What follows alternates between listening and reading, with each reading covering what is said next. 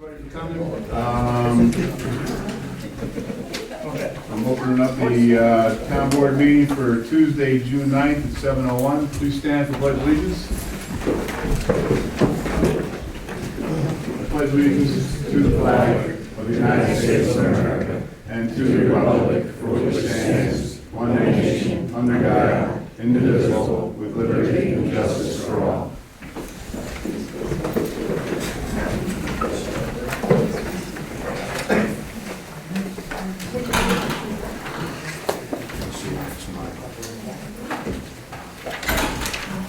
So the agenda is a little bit out of order because of the public hearings. We're going to put them up first. So at this time, I'm going to open the floor for public comment on Hamlet District H20 zoning law amendment at 7:04.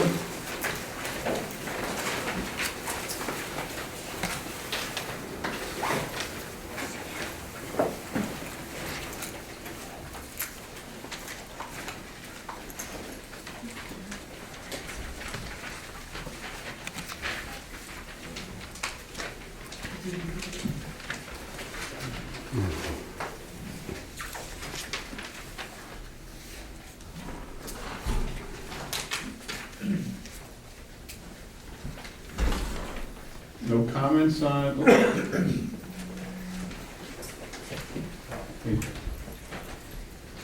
Good evening. So introduce yourself and address and all that good stuff. Okay, I'm Jack White. I own White's RV. I'm also the spokesperson for the Princetown Business Association. And as of last Wednesday, we had another meeting, the business of the town of Princetown, on June 3rd. And we printed off the web the updates of the ZRC recommendations. We read those and went over those, and at this time, the Business Association is still not in support of the Hamlet District. Although we also wanted to make it clear, we are in support of the development going on Route 20 by Carver Industries. From what we understand, this development seems to be a great asset for the town of Rotterdam, and the town should look at this development and make the appropriate zone changes, if any is needed, for this development on its own. For Princetown. For town of Princetown. For the town of Princetown. So the Hamlet District, you're talking, referring to Route 20? The H20, yes. Okay.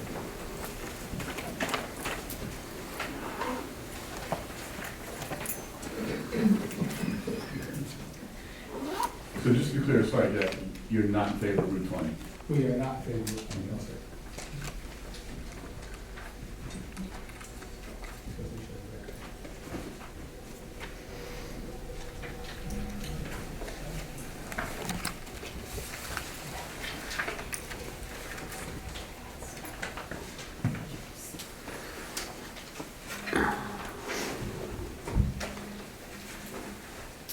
Additional comments on the H20 zoning law amendment?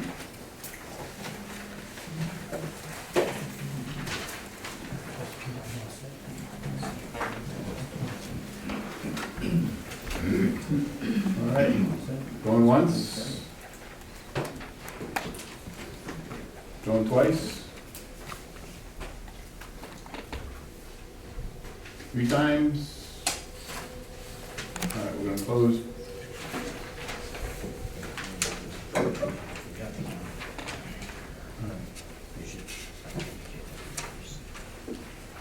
So we just came into our possession here a few minutes ago, so we did receive public county comment. For those people that haven't read it yet.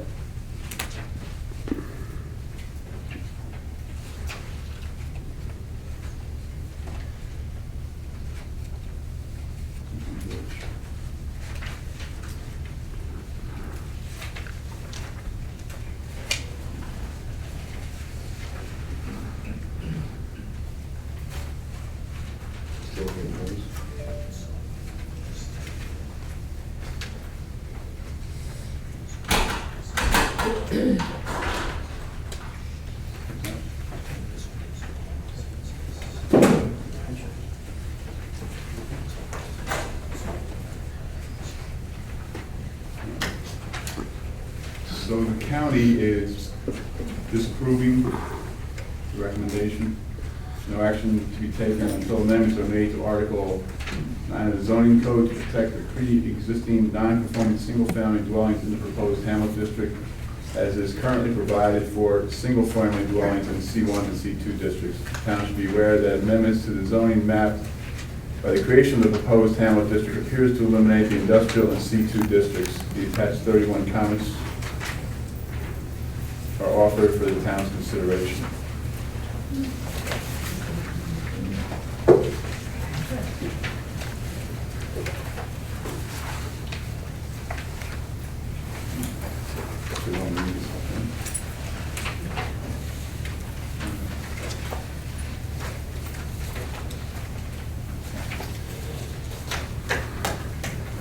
So with that, we can go to public hearing.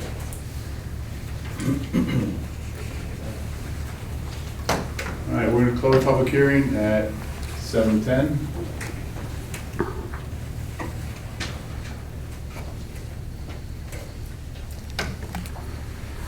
The next is the Hamlet from Route 7. So we'll open up part 2 of the public hearing to review the H7 zoning amendment for the Hamlet District, Route 7 at 7:11.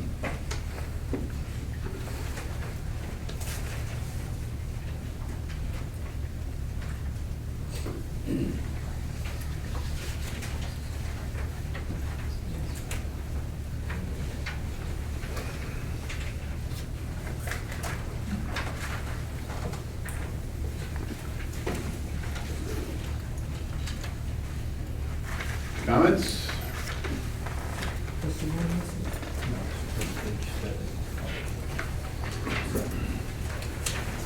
Again, I'm Jack White, owner of White's RV. And again, I'm spoken for Princetown Business Association. And again, we had a meeting Wednesday, June 3rd. We looked over the recommendations by the ZRC and the updates. And again, we are not in favor of the Hamlet on Route 7 in the town of Princetown. Jack?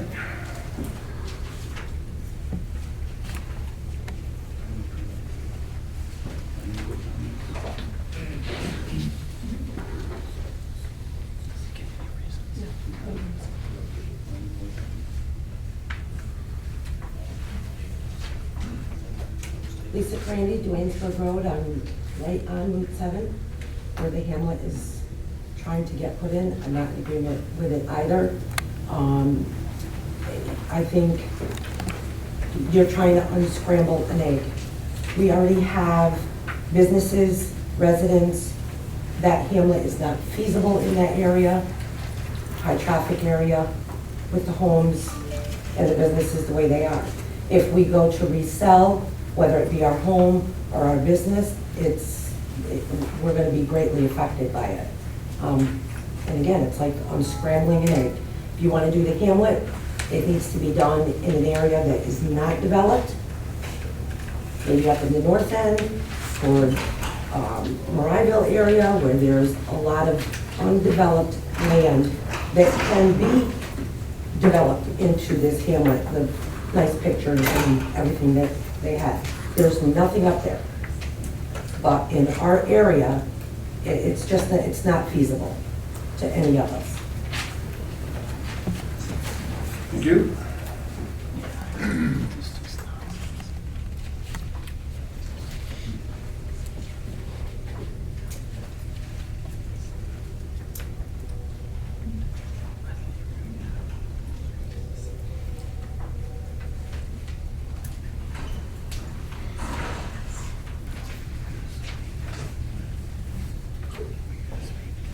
Additional comments on the Hamlet Route 7 proposed amendment?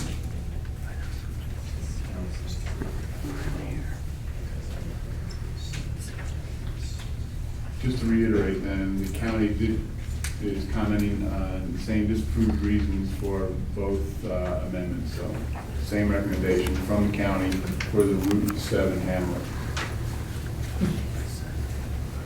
Read that again.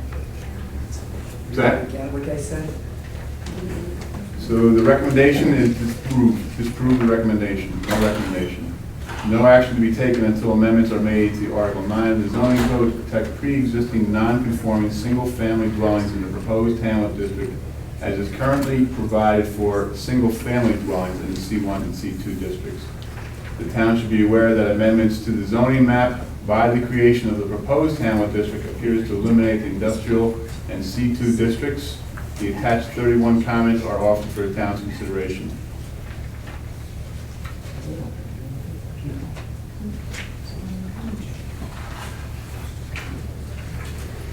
So basically, they're saying they don't recommend it either because of the development that's already there. Am I understanding that correctly? That's not what it says at all.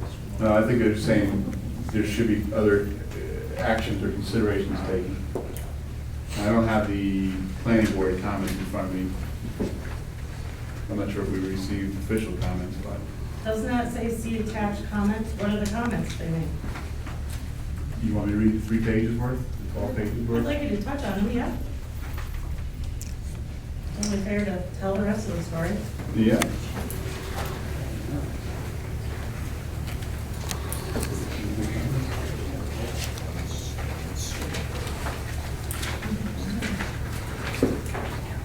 So comments SF1, it is unclear whether there are 2 hamlet districts or 1 hamlet district proposed. Since H7, H20 district language appears to be identical, the town should consider one local law adopting hamlet district. It does not appear to be need 2 local laws. Number 2, the town should amend Article 9, non-conforming uses, building and lots to include hamlet districts under section 200-52E, so that single-family homes in the hamlet district can be enlarged or increased in size as allowed in the C1 and C2 districts.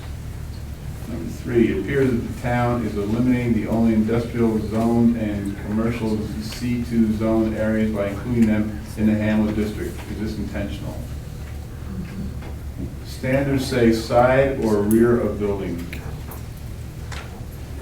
I'm not sure what that's referred to.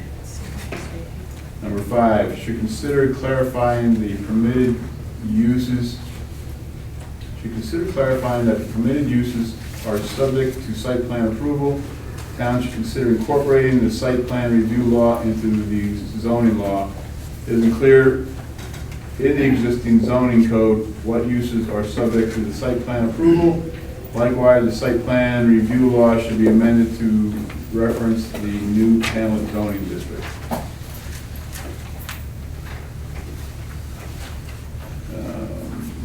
To the comment of churches or car washes that recycle water, is there a minimum percentage that must be recycled?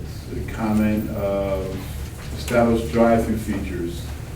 Does a bank with a drive-through need a special use permit or not? Banks are listed as permitted uses. Farmers markets, typically a periodic accessories use. Site plans, site plan review would seem sufficient. Townhouses, seems inconsistent with the proposed purpose of the hamlet district to require a special use permit for mixed use residential and multifamily housing. Multi-use development is basic to hamlet approach. Office buildings, seems inconsistent to require a special permit for office building when it is not required for medical and dental offices. Hotel, motel. Might want to distinguish between a hotel and motel. Not sure if motel is a use the town is looking for in the hamlet district. Existing zoning code defines them essentially as the same use. Hotel, a building for renting or using rooms by the general public for transient lodging. Each room is accessible from an interior hallway. No exterior entrance to room is provided, and many include kitchenettes and other facilities for use by guests. Hotel may include restaurants, meeting rooms, personal services, recreational facilities, and other similar accessory uses. The term hotel excludes motel, bed and breakfast, inn, and boarding house. Final comment on motel. a building for renting or using rooms by the general public for transient lodging where each room has an exterior entrance and may include kitchenettes or other facilities for use by guests. The term motel includes transient, court, motor lodge, auto court, or similar uses, excludes hotel, bed and breakfast, inns, and boarding house. For industrial uses are not defined in the code. Listing industrial uses as prohibited may be confusing since many uses are allowed in the town's industrial district are permitted in the proposed Hamlet district. With regards to manufacturing, not defined in the code, might want to distinguish between heavy and light manufacturing in the code. With respect to truck terminals, the existing code lists bakeries as distribution and trucking. The town should carefully review existing code to ensure there is no use conflicts with the proposed Hamlet district. Bakeries are permitted use in the proposed Hamlet district as a rental or retail establishment, but require special use permit in C1 and C2 districts. With respect to the 20-foot minimum rear and side setbacks, if the lot abuts a multifamily use solely residential in the Hamlet district, then you need a 50-foot setback. If you really mean single-family residential use. Comment for 25-foot minimum front setback. Maybe the town should establish a minimum front setback if you're trying to limit parking to the rear and side of buildings. With respects to open space and lot coverage. What is meant by open space? Existing definitions of open space seems to relate more to recreational areas. May call it green spaces and add a definition. Can use a 20% contained stormwater management facilities or septic fields. Should clarify this. With respect to lot access, street and driveways. More of an access management issue than impervious surface. What about shared parking? Would seem to be more in line with the stated purpose of the district as a more economic and efficient use of land. Current code doesn't appear to allow shared parking. With respect to off-street parking and loading, at 5 per 1,000 square feet for retail service, etc., the existing parking requirements seem high for the stated purpose of the district. Should consider reducing requirement and setting a maximum of 125% of the required minimum. Maybe add a statement about reciprocal parking. With respect to height limits, consider allowing the increase in maximum height for hotels, also 3-story hotels, common and more efficient use of land. With respect to size limits, how does a single occupant or tenant requirement relate to hotels? With respect to size limits, 55,000 square feet. Total floor area is the question.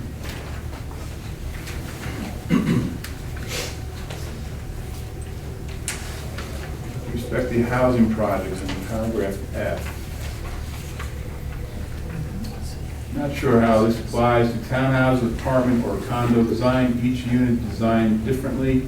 Seems more like a single-family dwelling standard, and single-family dwellings aren't permitted. With respect to accessory uses permitted in section G, seems more like accessory structures than accessory uses. Separate site plan approval for these structures. The development plan itself, which is subject to site plan approval, should identify these features. With respect to paragraph H, how about street instead of transportation corridor?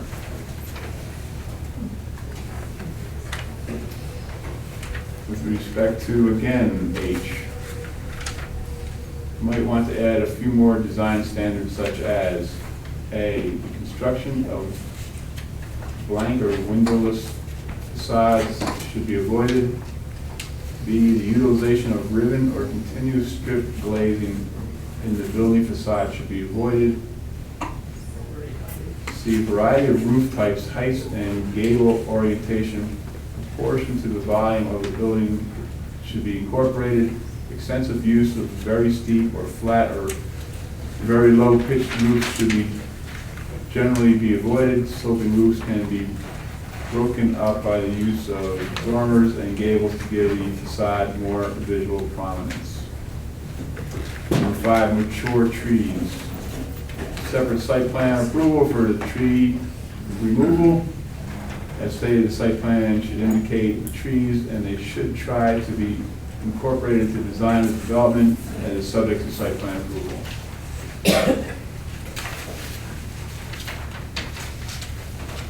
Section C.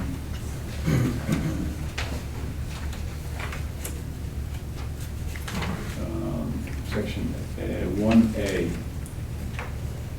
For stated densities as per usable acre or gross acre.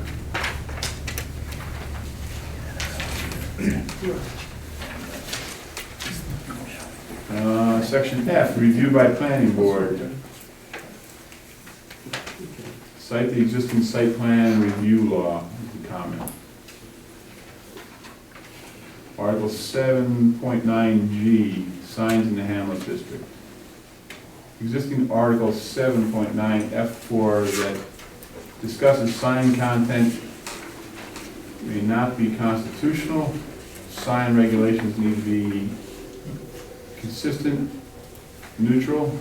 You can regulate size, location, appearance, etc., but not the general, the content generally. If somebody wants to waste their permitted signage space on message unrelated to their business, they generally can.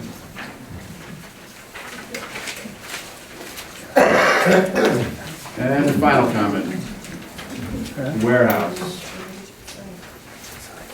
Should give some consideration to deleting the statement or part of the building from the definition, as it seems that you could have part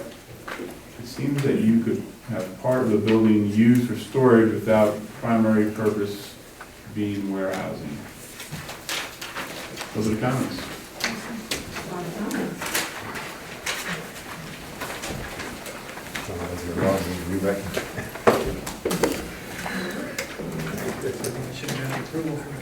Additional comments? Yeah. I assume you just got there, right? 10 minutes ago. Well, I think many of them are fantastic, and I think most of them actually are very good. And all of them absolutely deserve the committee's consideration. So, that being the case, I wonder if it would be appropriate to temporarily withdraw the two propositions so that we can actually look at it compared to what we have there, and comparison also to a couple of comments we've had from the business people.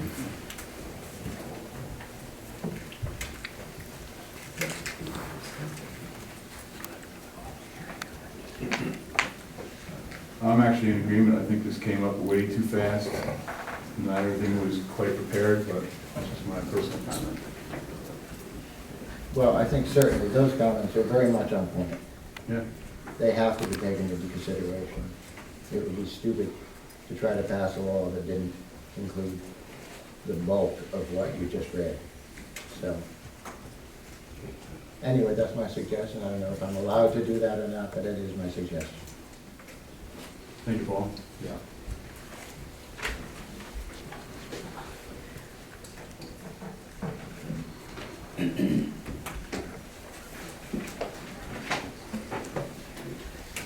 Additional comments?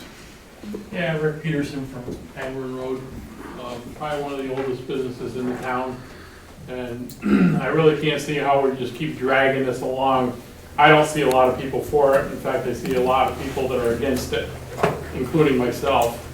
Seeing as how I do have property right here that you're actually considered to be a deer hamlet. I'm not for it at all. And I can't believe we just keep dragging this out, meeting after meeting after meeting. You keep coming up with these little cranny things to try to please people, and you might please one, but you're not gonna please us all. So I'm not for it at all. Thank you, sir.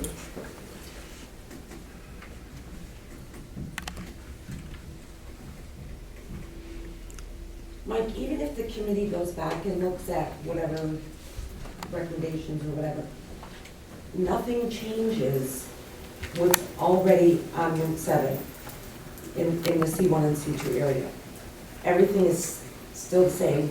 It's gonna be the same whether it be now or 6 months from now when we all come back and spew again for or against it. Nothing in that corridor is going to change.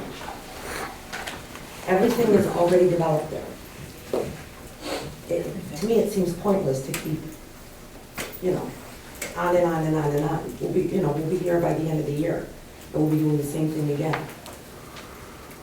And nothing's gonna change. The houses, the businesses, everything is still there. It's still, very established, it's already developed. None of that is gonna go away. Thanks, Lisa.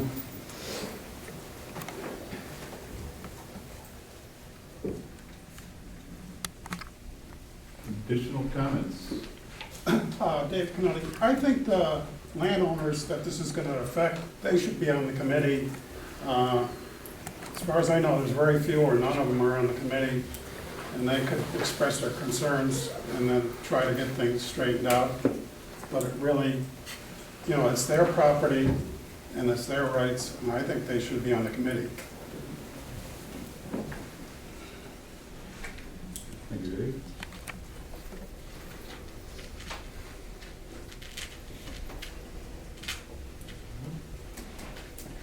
Additional comments?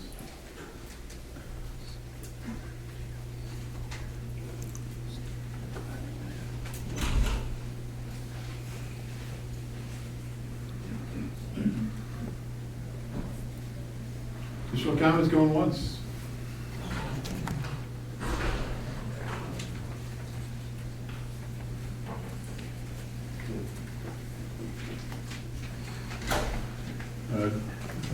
I got some comments. Couple.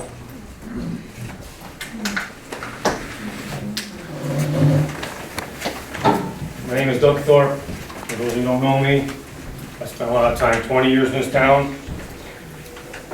About a 13-year member of the Princetown Planning Board. I was a member of the comprehensive plan, the last one that got it passed on the town board.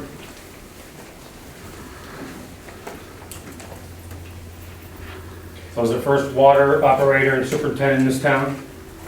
I was a construction representative on this town hall when it was first built. I volunteered a lot in this town over the years. I was on the Princetown Bicentennial 280-year anniversary committee. It was a year-long event. I was the creator and builder of the 9/11 Landed-Free Homeless Brave Memorial, Pangburn Road, and the 10-year anniversary up the road, among other people that helped out in this town on that. I think we got a little ahead of ourselves in this town with this hamlet. And originally, I was part of the survey group when we first started talking about upgrading the comprehensive plan. And on that survey, 61% of the people wanted to have a little town center in the vicinity of the town hall here. Never mentioned anything about an expanded area down the corridor Route 7 or creating a hamlet district on Route 20. Never mentioned anything about that. It didn't mention anything in the comprehensive plan final draft that we submitted to the town board. It showed up in the final draft version at the town board. It's now part of the comprehensive plan that the town would create a hamlet in the vicinity of the Route 7 corridor and the Route 20 corridor.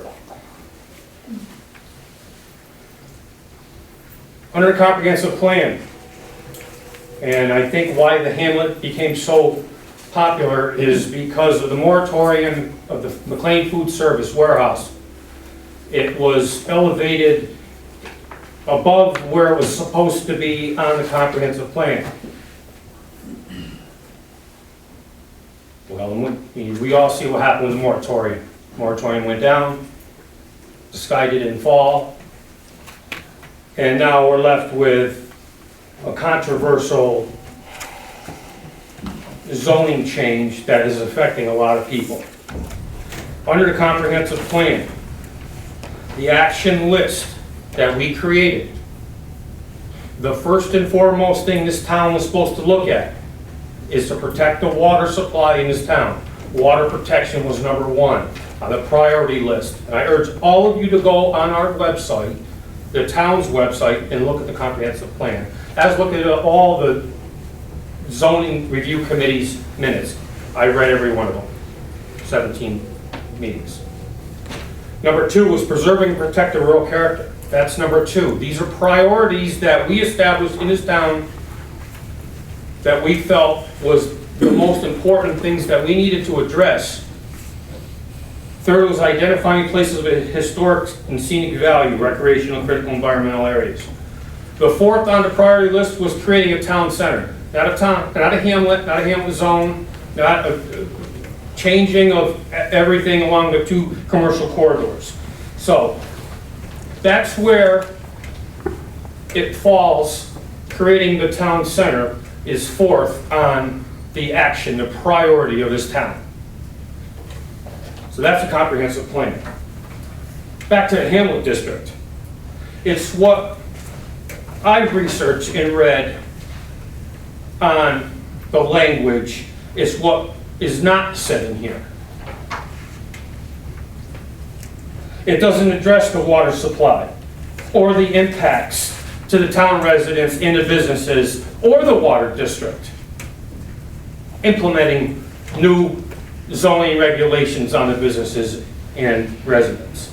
Not a word was mentioned about the water quality or the quantity associated with implementing the new zones or its impacts on the town. Not a word was spoken or written about the impacts on the transportation system and how the roadways and how the traffic patterns would be or change and how it would be integrated into the 55-mile-an-hour corridors and how the impacts would be mitigated in the town. Not a word about anything on the future growth in the Hamlet District. It talks about having an area that can grow in the future.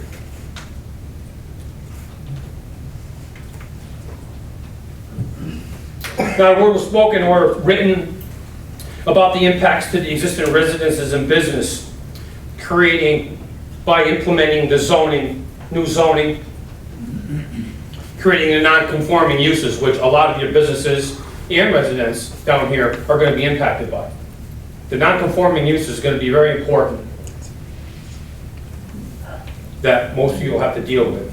And how those non-conforming uses would impact the town and its residents.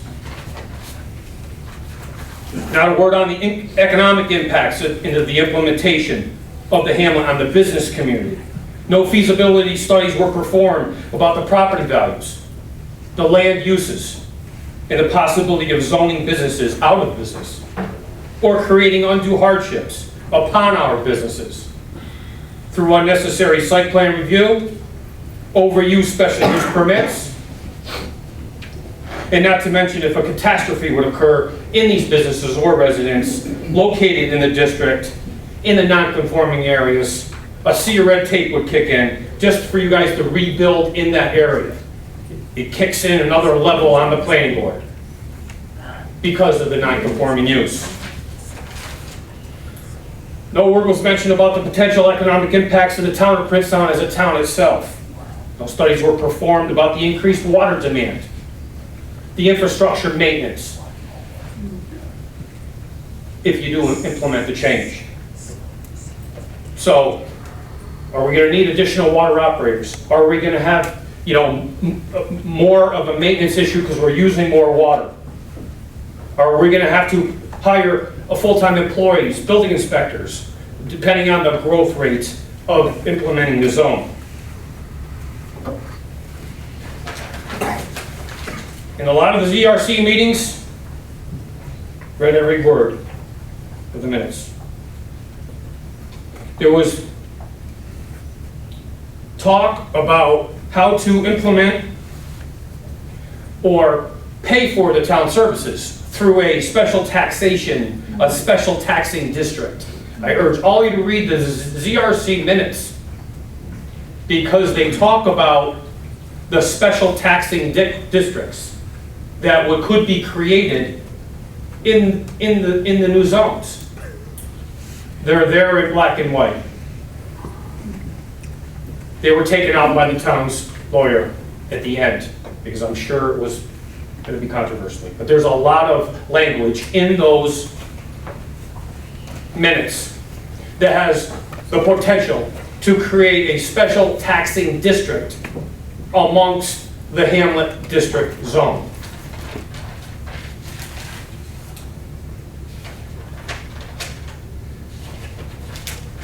I think that's about it. You know, there was no mention ever on creating the Hamlet Zone District on Route 20. Never. That showed up at the end. I don't even know where that came from. It's nowhere. We didn't discuss it as a member of the comprehensive plan to the final draft that went to the town board. There was no mention about creating a Hamlet District on Route 20, out of the blue. The zoning review committee is charged with taking the comprehensive plan and trying to adapt what it calls out for, not to rewrite the comprehensive plan through its own ideas or to expand the comprehensive plan. It's charged with taking what the comprehensive plan says on the priority action list and make recommendations to the town board for new laws, not to create new zones in this town. Thank you very much. Thank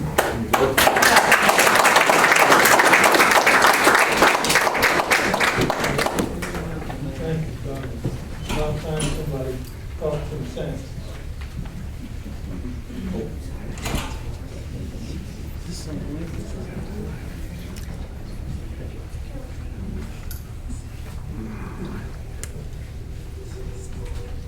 Additional comments?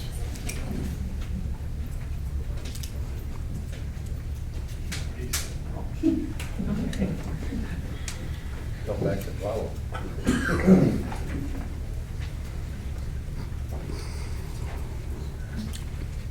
Additional comments going once?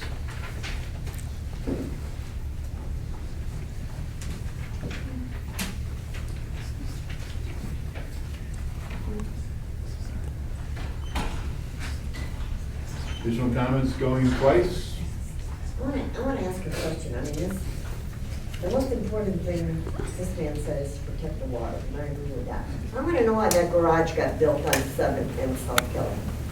How did that happen if that's supposed to be, I heard that that's supposed to be protected and made a district for our water. So I want to know how that got built. How did they get the permit?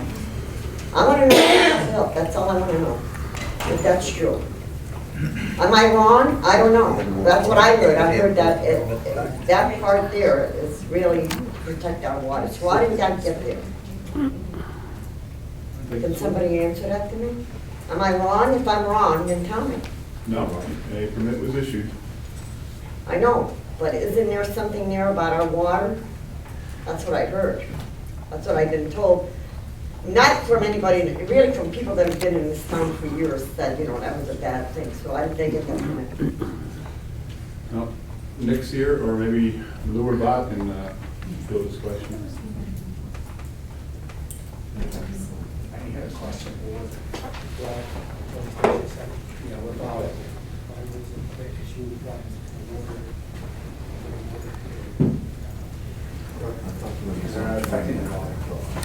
Because I think the water is very important to everybody else in this room.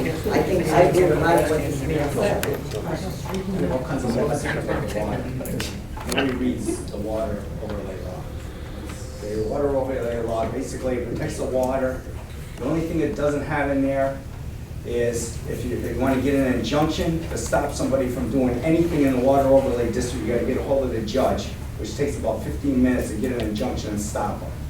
Any compromise of that water, the water overlay law needs to go on the website so that people can read it. It came from the county, it protects everything. It's got a catch-all phrase at the end of it that anything that goes wrong with the water, we can stop everybody in their tracks. Okay? We don't need any more laws to protect it. It's protected. Read it. Read the law that we have. Okay? I read it because I went through this when I was supervisor. Okay? They were doing the same thing to me. I read the thing and I says, read the law. It's covered. It's covered like you can't believe. Nothing can happen to that water that we can't stop. We don't need any more laws on that. Additional comments? I have an additional comment with regard to Mrs. Teets, and I may be wrong, and the board can correct me. There was a moratorium in place at the time that a building permit was issued. I'm not sure why that happened, but I do know there's a document that was signed by the supervisor, and I think maybe the chair of the planning board at that time to allow that to happen. And I could be wrong with that, but I know this is supervisor to approve a building permit to go forward. And please just investigate this, and I'm just off the cuff saying this, but I think you'll find that that is probably the case. And then because of this document agreement that was done, the building permit was issued. No, I'm not sure. No, that's not exactly the way it happened, Carol. So, and I said, No. And I said, please You're investigate you're this. implying, listen, we don't need to talk about this. No, this is a public hearing for the. This has So I nothing to was do making with the a Hamlet comment. district, so I would suggest you just put a, All right, Sock in it. back to me. Run So- calls. I think it's time to justify for somebody else. Our choices. Put a sock in it. Hello, we're on round two. We got additional comments to Route 7 Hamlet, it's second call. That's where we are. Any additional comments on the Route 7 Hamlet?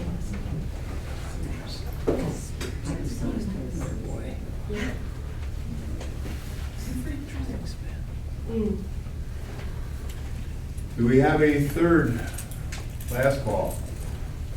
Comments on Route 7 Hamlet?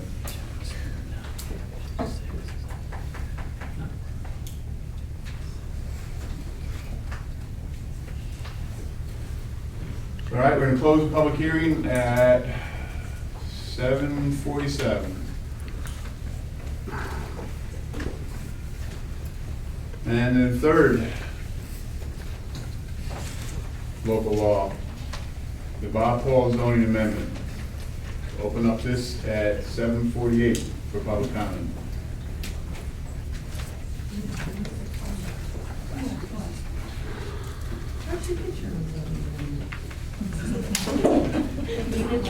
Let's have one meeting, please.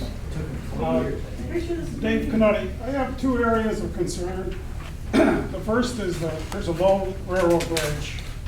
And like in January, we had two tractor trailers come up and down the road, and they took their tops off. And basically, the trucks were wrecked.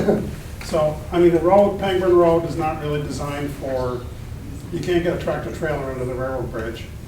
My other area of concern is there's probably 20 to 30 junk vehicles on the property, and I think that should be a condition that they be removed, or he be brought into compliance with the town ordinance on junk vehicles. That's all I have to say. Well, I have to respond to Dave. I'm not responsible for the bridge being low clearance. the driveway was built many years ago when the first warehouse was put up to come in the other way. So anything that's happening with that bridge has nothing to do with me. They're not coming to my property, nothing. So it has nothing to do with it. I'm not responsible for the road. We have them come on our property and turn around because they can't get under it. They're following a GPS that's not suitable for commercial business. That's not our problem. And many of them are at night. I'll agree with him that it's, but I think the county or the town needs to put up some better signs on both ends of the road or something. I think we had 3 this year so far. You can check with the state police, because once they start going, it's just like a can opener, and they open them up all the way, and then the main frame goes down, and you got aluminum all over the road. And it ties up the road. We don't want it either. And then, they do end up in their driveway, because they have to get the tow trucks, and then they have to get a flatbed to put the trailer on. And it's a 2, 3, 4 hour project. It's also dangerous because we own the kitchen business on the corner. And when they already pull in and they see that bridge they can't get under, they back out onto Route 7 and you can't see their lights. And I'm waiting, someday someone's gonna come up over 7 and get decapitated because they can't see the truck by the time they can swing around. It really, really is a dangerous thing.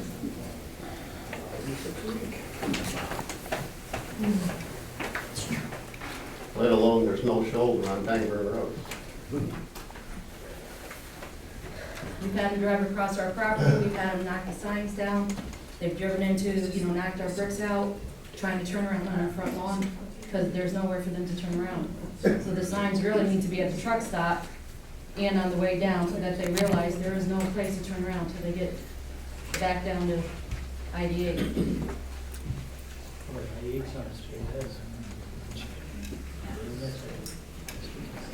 I'll make a comment about that. The reason that bridge is being hit is because the people can't read the signs. They're all foreign drivers that are coming in, either from Mexico or Canada, and putting up more signs is not gonna do that. This is a federal government problem. They're the ones who are letting them in. They just opened the border up in Mexico about 6 months ago, letting Mexican trucks come in. Canadian drivers, I've stopped them over there. They can't speak English or they can't read the signs. That's a federal problem that's going on in this country, and our organization has been opposed to it for many years. So, and as far as the bridge being hit, that's a county road. If the county wants to post that road, it's entirely up to the county to post that road. It's not a town road. We have no jurisdiction over that. We can make a recommendation to them. That's about all we can do. That's a county road, just like Route 7 is a state road, and Route 20 is a US highway. People have to understand the difference between town roads, county roads, state roads, and US highway and interstates. That's a county road. We have no jurisdiction over it. We can't set speed limits up on it. We can't post it. We can't do nothing. The only thing we can do is our local town roads. So that's why that bridge is getting hit. And it's not getting hit going to Bob Paul's place. It's getting hit because there's no room at the truck stop for trucks to park. That's the only reason that bridge is getting hit, and they can't read. I've been up there talking to them. And I've even gone down to the state police and had them stop block the road off so they can back up when I see it. And I'm sure Rick has done the same thing over time. Many times. Many times.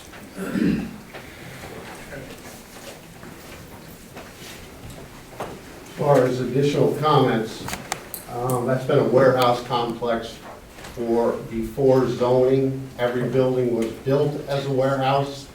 After we built a $500,000 warehouse in there, we were told by the planning board that we could not use it as a warehouse.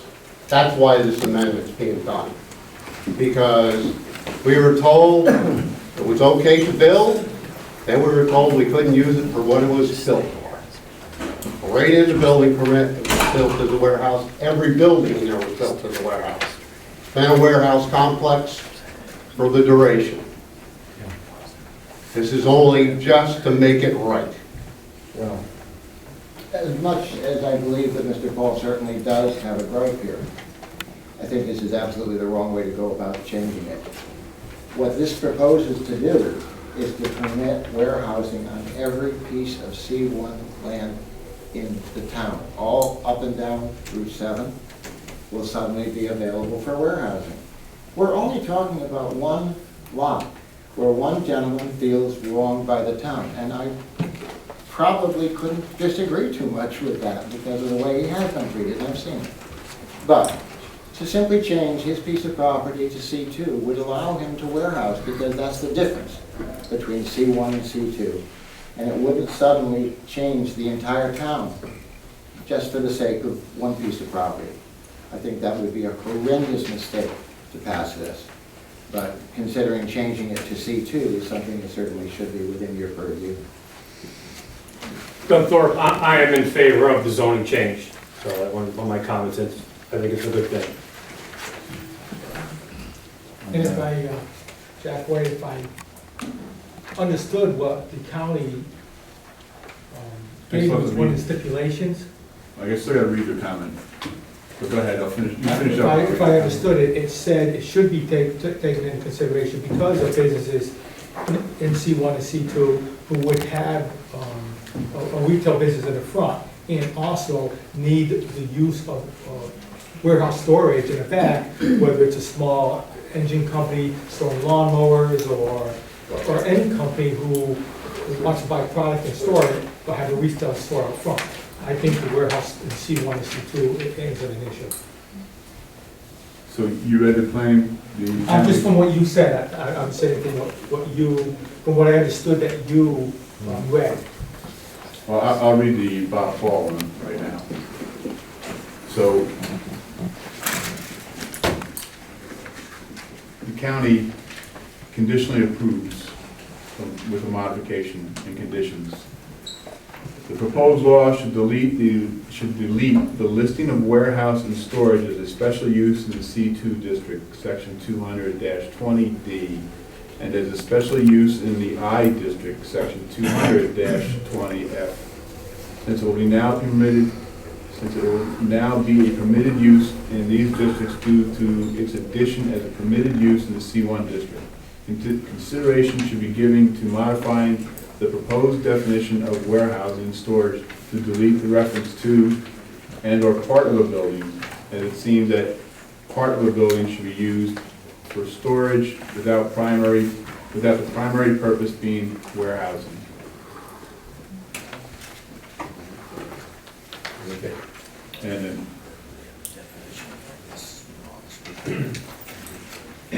so that last comment I read, I'll read it again for the warehouse.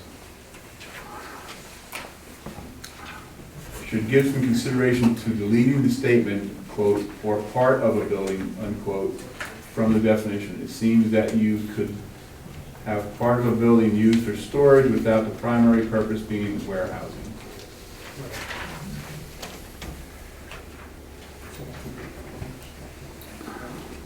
Additional comments? Yeah, I've got one. I'd like to read February 23rd, 2012, Planning Board. Robert Paul seeks zoning district change from C1 to C2 from the town board in order to allow storage warehousing. Storage warehousing in the C2 district requires a special use permit. Planning board to consider request and provide recommendations to the town board. Chairwoman Bishop familiarized the board with the details relating to the current special use permit, which was approved by the planning board October 28, 2010. The applicant has previously requested that the town board revise its current zoning law, which will not occur until the approval of the new comprehensive plan. As an alternative, the applicant has requested his property be rezoned to C2. The applicant has not has a need for current special use permit as it restricts him to contractors and service people.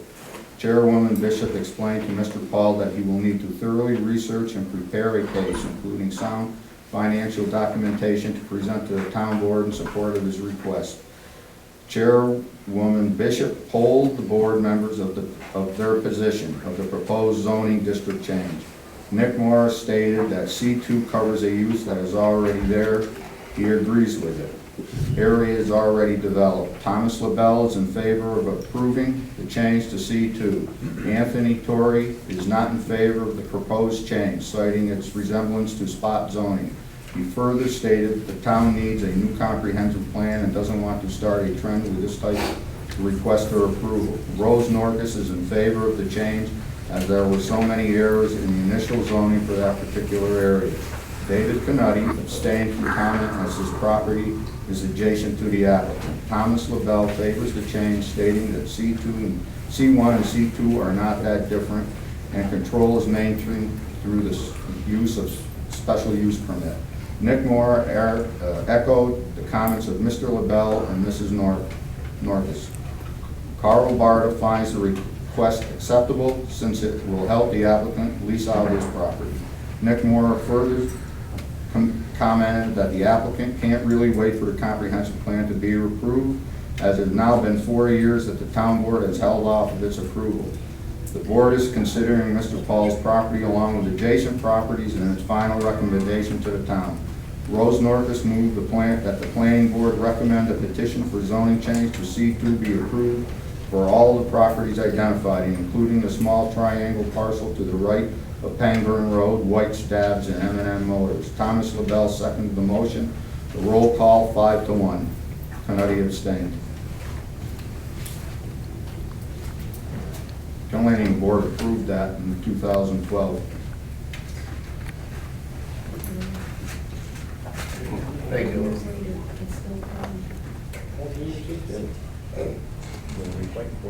You can hear him. You are seeing, he just said it. Cool. Additional comments? Yes, I'd like to comment, Pat Bishop. So what Lou just read is absolutely correct, that the applicant did approach the town board, I think, 2 years ago or so, asking for a zone change to C2. And that languished at the town board. No action was taken on it. Now, we have a proposal, as Paul Golding just said, to change the entire C1 district to allow warehousing and storage, which I'd like to remind everyone, warehousing and storage is what McLean Food Service was. This huge 250,000 square foot building that was gonna have 24/7 truck traffic at the edge of our town. That would be allowed in the entire C1 district, next to people's homes, next to farms that exist there already, just to satisfy the needs of one individual. I just don't see where this is coming from. If you're in favor of changing them to C2, I suggest you do it. But to change the entire C1 zone, which is a general business district that's supposed to be less intensive uses, that's why the C2 allows it, but with a special use permit, because it's the type of use that can cause incredible nuisances, and the town needs to have control over these things to be able to limit hours of operation, traffic flow, and things like that. By allowing this with just site plan review means they can do basically whatever they want. So I would suggest you really take a hard look at this and figure out what the best course for the town would be. Mike, I have a question with what Pat just commented on for the C1 area. Where in that C1 area is there land available to build a 250,000 square foot building that's going to affect that C1 district, other than right up here? There's no land in between houses down 7 and the businesses that's even feasible to with what Pat Bishop is saying. That couldn't even happen in that Route 7 corridor. There's no place to build it. If C1 was changed, that would allow people to possibly build a storage garage on their property for their equipment, for whatever they want to put on there. If I wanted to build a garage on my property for equipment, we would then be allowed to do that. But a 250,000 square foot building will never be built down Route 7. It's already developed. That 255,000 square foot building was in the town of Rotterdam. Right, so it wasn't even in Princetown. Sorry, Sherry took care of that. But that's just, Appreciate your comment.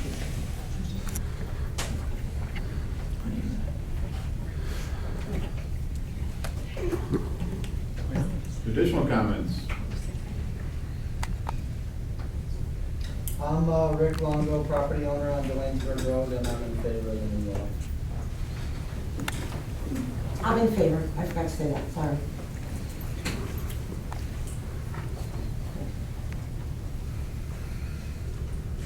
My name is Paul Hasbrook.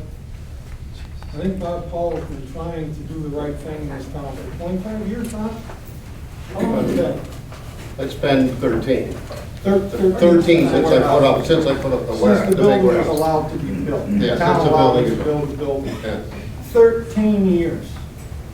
You've jerked around Oh, good, solid businessman who paid taxes, did the right thing, and all we want to do is continue to change laws and twist things around instead of doing what was originally planned 35 years ago for the Route 7 and Route 20 corridor.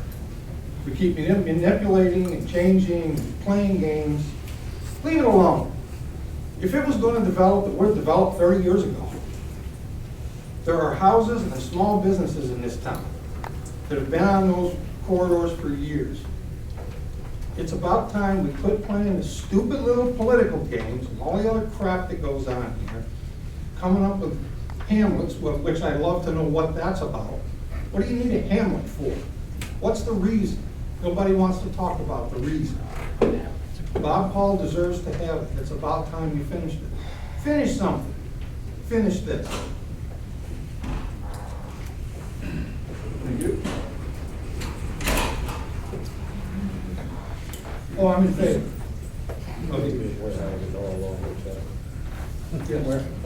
Absolutely, because you're not gonna see them.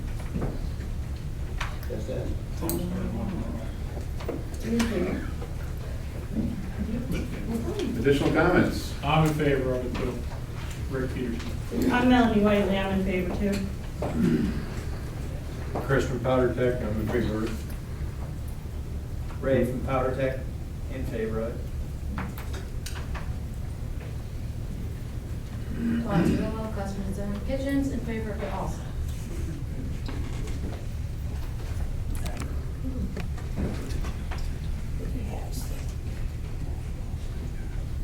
The people have spoken. That's right. They live there, you don't.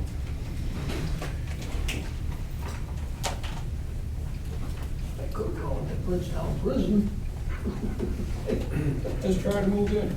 No building, it's not zoned. Let's have one meeting, please. Additional comments?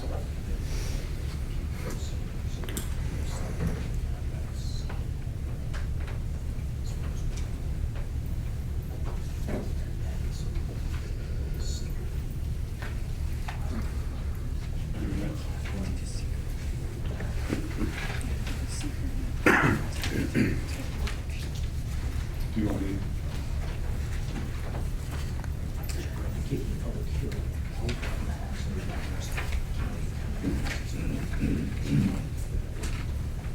I say we end this right now. I'm for that too. I've had enough of it.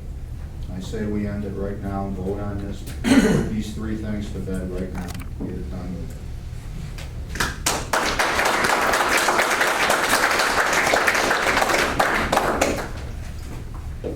Mike, what was it that you were bringing?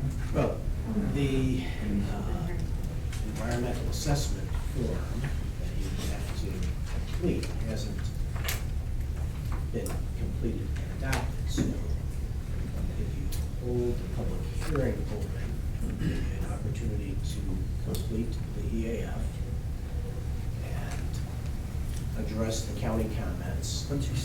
Yeah, can he speak up? Nobody can hear him. He whispers. Well, when you're making a zoning change, state law requires that you determine what category it fits into. This is called a type 1 action for the State Environmental Quality Review Act purposes. Since it's a type 1 action, it requires a full environmental assessment form. It's a 3-part form in about 20 pages that asks a whole series of questions of the board that is making the determination. Normally, these kinds of issues go before the planning board and the planner, who is generally the staff to the planning board, and is familiar with all the characteristics of the town, would fill out the environmental assessment form, or if there's an applicant, the applicant might fill out the first part of it, submit it, and then have the board complete those parts that they need to complete. When it's the town board that's acting, then the town board has the responsibility of doing the environmental assessment form. If you do not do the environmental assessment form and have it approved, anybody who opposes this law and wants to challenge it in court will have a perfect opportunity to do that. So if you don't follow the law, you open yourself up for having the law overturned.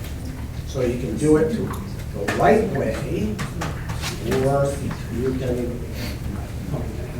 do it some other way. Since the public comments are still open at the 9th hour, shouldn't the attorney have advised the town board, if they were moving forward with this change in local law, that the seeker should have been implemented? There should have been the application done before they even brought this, and advice of this town attorney, this is another roadblock that's being put up for this purpose, to stop this. Your attorney should have advised this town board that this needed to be done, not at the time of voting.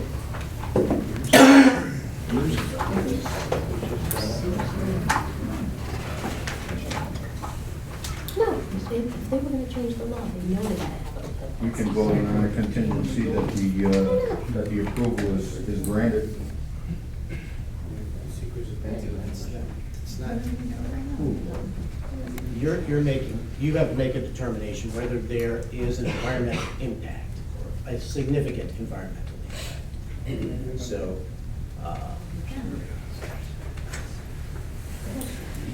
this is the form, and I distributed it to everybody, so you have. And contrary to what some people may think, as I said, this is normally the job of the town planner, not the town attorney. Everybody knows that this has to be done. It's been discussed before. The comments on the thing that you have, and some of the comments as we go through this are similar to what the county raised, where there's some issues about the definition of warehousing that could be corrected with perhaps a minor amendment. And there are just, other issues here that call for, a judgment call on the person who's gonna, or body that is going to address these issues in the form. Did it before when we did the comprehensive plan. So, Let's have one meeting, please. if the board wants to go through that, you can go through the form. Could go through the form. As to the other two proposals, if that, they too would require this, but it sounds like if there's no support for those local laws, if you want to just take a vote on those because it seems like they're not going to be adopted. Well, because it's been introduced as a local law, so in order to get it sort of off the books the clerk has to account for each proposed local law that's been introduced, so it has to be voted up or down. And that way, it kind of clears local law number one, because it's proposed local law number one, and proposed local law number three, and proposed local law two and three. So, If this doesn't get done tonight, when does it get done? Never. it should be done by the next meeting. We have opportunity to review it between now and then. There's no, So we have the forms in town hall, we can do it now? the form is probably 95% complete, and it's on the desks of the board members, but it's their judgments that have to be entered here. These are proposed answers to the questions posed in the form. I mean, as Melanie just said, they've done it before in town board meetings. The town board has to complete it, don't they? Right. So why don't they just do it? Okay? Complete the form. That's to complete the form, you got 30 days and you're done with it. We've done it before. Look It's not hard. It's already done, so we'll have to finish. 75 pages. Those are proposed answers. Oh, shake it away. That's what you want to do.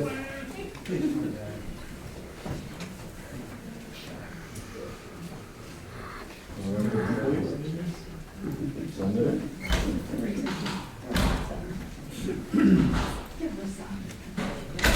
And let's get these other ones, let's vote on these other ones, get it done. So we propose on whose side? That we vote on these other two local laws, put it to bed. The Hamlet districts. That's one. Just two. Two. Let's have one meeting. So the public hearing is still open, so I'm gonna ask for the last time, any additional comments to the proposed Bob Paul amendment.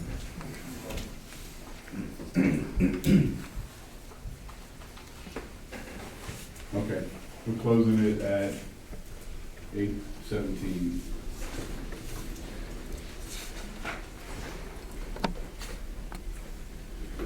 Sorry, what did you say? I say let's vote on these two Hamlet districts, get it done with. Been going on for months and months and months with this.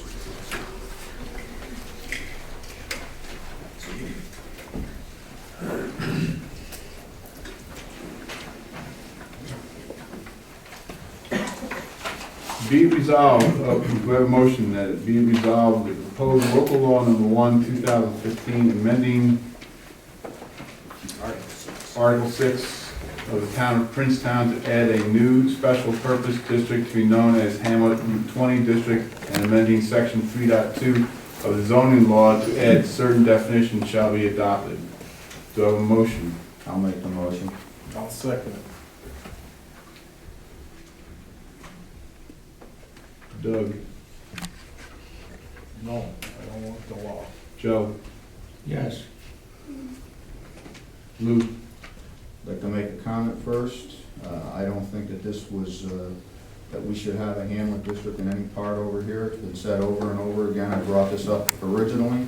There's no way to pay for it. There's no taxing district set up. What are we gonna do? Tax the business owners? Are we gonna have a town tax to support a town center and a pavilion?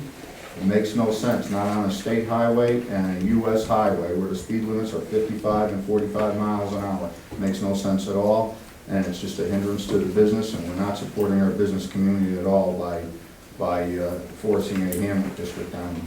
So I'm not in favor of the Hamlet district at all. Bob? I've been opposed to it from the beginning, I still am opposed to it, and my vote is no. And my vote is no. Resolution. Take the balls.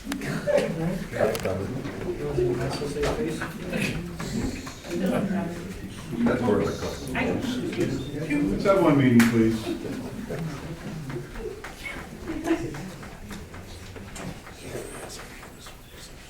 Be Be it resolved that proposed local law number 2, 2015, amending Article 6 of the Town of Princetown zoning law to add a new special purpose district be known as Hamlet H7, and amending section 3.2 of the zoning law to add certain definitions shall be adopted. Do I have a motion? Second? Second. Doug? No. Joe? Yes. Lou? I'm opposed to it. Bob? Opposed? Mike's no.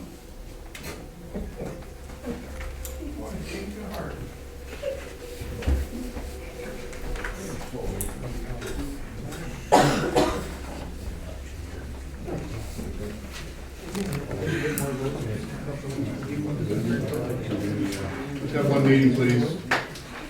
So let's get this straight on this Bob Paul thing. We're gonna fill this out, and we should have an answer by the end of, before the next meeting, Mike? Is that what you're telling us? Yeah, you know, all of you can take a look at the EAF and make sure that you all agree on this. There's, as I said, the county made a comment about definitions. I think we can clear that up for them pretty easily, which would not be a substantial change.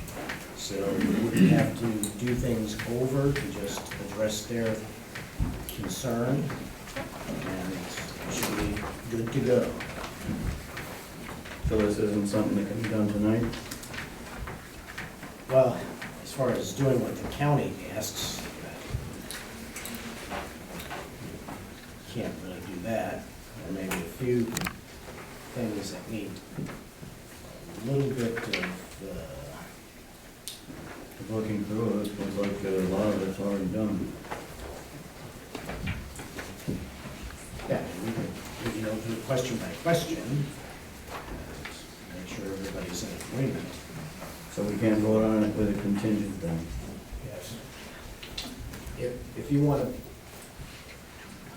you know, be protected, you want to make sure that everybody in town agrees with. Well, I'm just, again, this has been going on, and I think this should have been done long before now, as it's already been mentioned. So I'm not for prolonging it any longer. I mean, the poor guy's got a business, he wants to get on with it. You know, we've strung along for 2 or 3 years now. I mean, let's do what we gotta do. I mean, if we're not doing it tonight, then I request that we have a special meeting to go over this in the very near future. Because I don't see any sense in prolonging it. I think that's foolishness.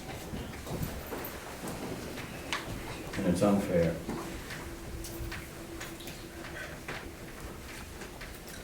So, my feelings. I agree with you, Bob.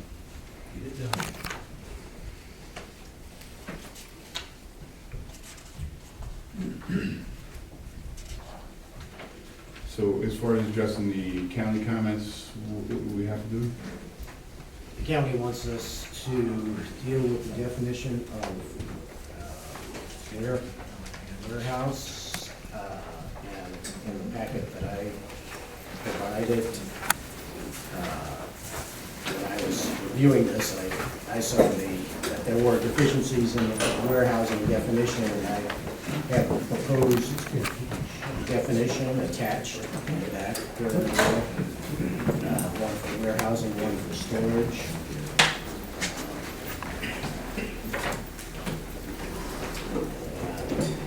To clarify, because there was anticipating some concerns, that this would be some kind of runaway amendment, but just to clarify that in C1 commercial district, it was subject to an overlay because of the special water overlay districts, that those overlay district provisions would still be applicable. As some people commented here, that there probably isn't a parcel along this stretch that would accommodate a 250,000 square foot warehouse. I'm not quite sure how big Mr. Paul's is, but I don't see anything near that he can put a size limit in there so that he would address anybody's concerns. And that would probably take care of the county's and concerns and take care of probably most other concerns.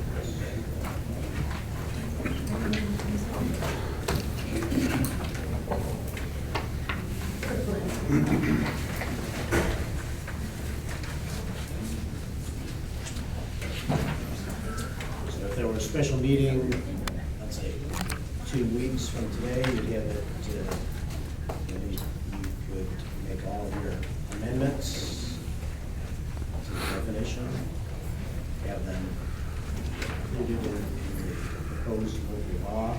That way it would be on all of the members' desks at least 10 days before the final adoption, and you could adopt it at the next meeting.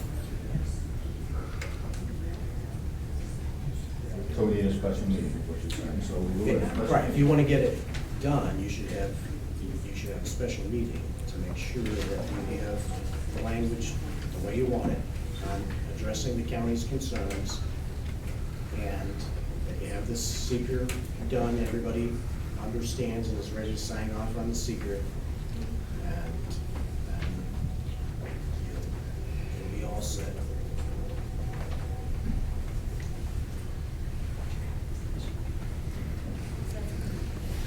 There's a resolution in here for a town board agenda meeting. We just make it just a town board special meeting for June 23rd. Yeah, a special meeting, that's what the original resolution is for. It's just something important as this, we can do it. I don't think anybody on the board is opposed to that. Just accommodate Bob. Do we close public hearing? I would keep it open until we complete the secret. We would act on the secret before we close the public hearing.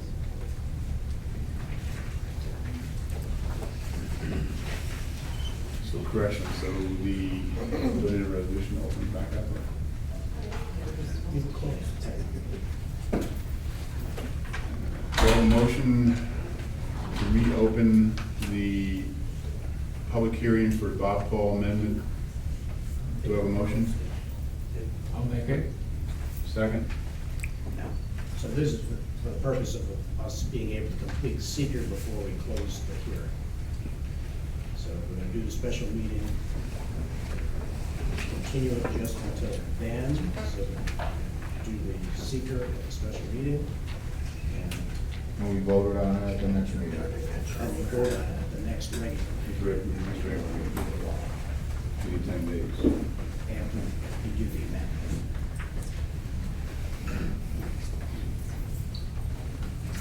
So do I have, Joe, do you have the motion? Do I have a second?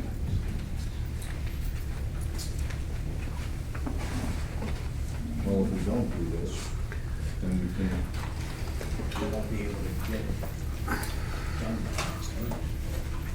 so we have to do this. Let's do it then. I'll second it. Doug? Yes.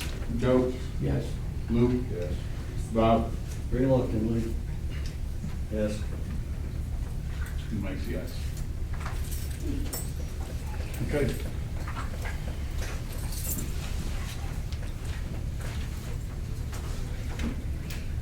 On to current business. Actually, sorry. Privileges of the floor. So open up privileges of the floor. At every regular scheduled town board meeting, the public shall have the right to address town board during a portion of the meeting to be referred to as privileges of the floor, which shall take place after reports to the town departments and supervisors. Members of the public wishing to speak during privileges of the floor may sign a sheet for the commencement of the town board meeting indicating his or her name, address, and proposed topic.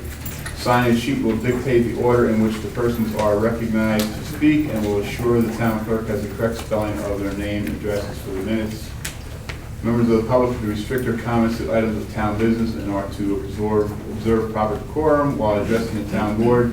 Persons who become unruly, use inappropriate language, or persist in speaking on items not related to town business may be ruled out of order. Although there is no official time constraint, speakers may address one or more items in their comments. They should be considerate of others and try to limit their remarks to no more than 5 minutes so that all interested members of the public have an opportunity to be heard. So we'll open it up at 8:28. Okay.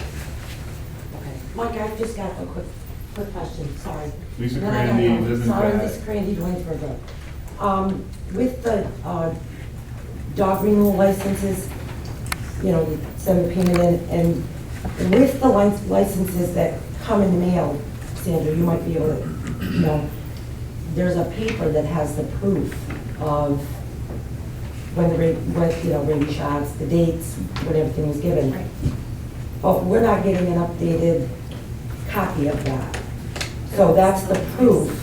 Now, if your rabies is expired, that little section on the form that you receive in the mail will be blank.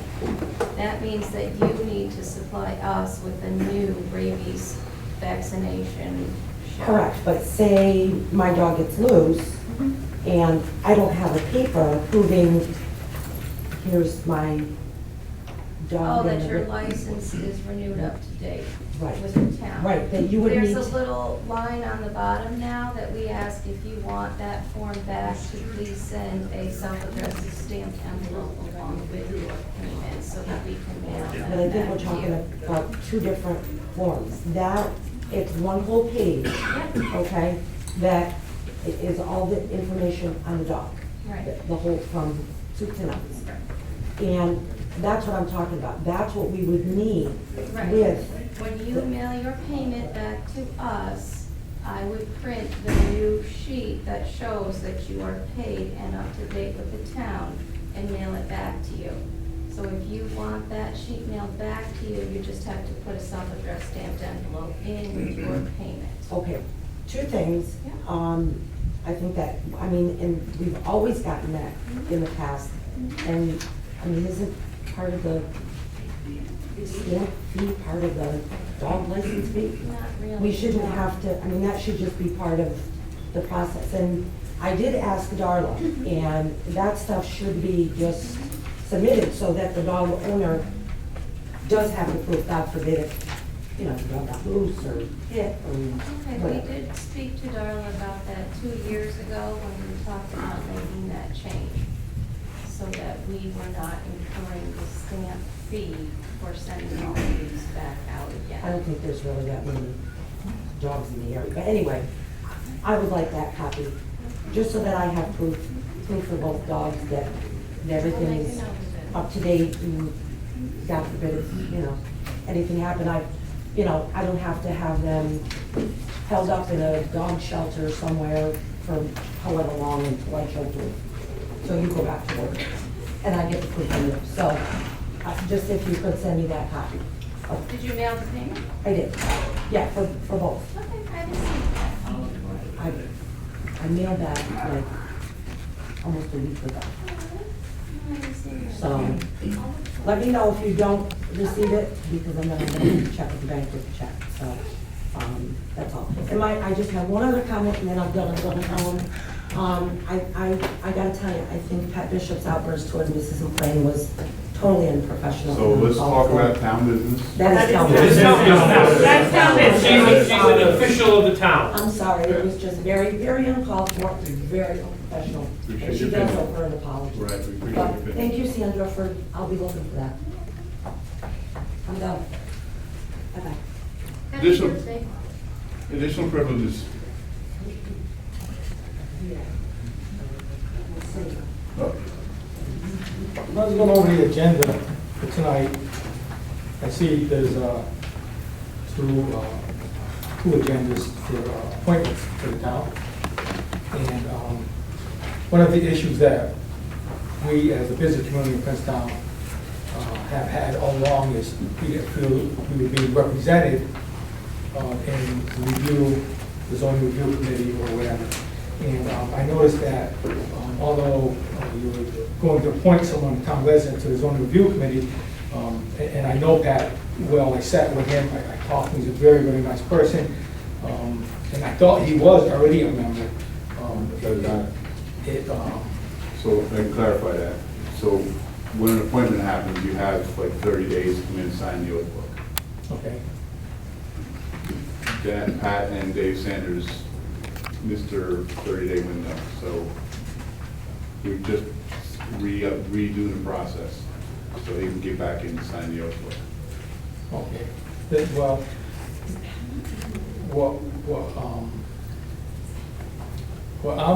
what I saw when I saw that is you were aware that we wanted to be represented on these review committees, and that if there was an opening, we would think that we would want to find a business owner who's also a town resident who could be appointed to these committees and, give a more balanced view on these committees to your comprehensive plan or whatever these committees are.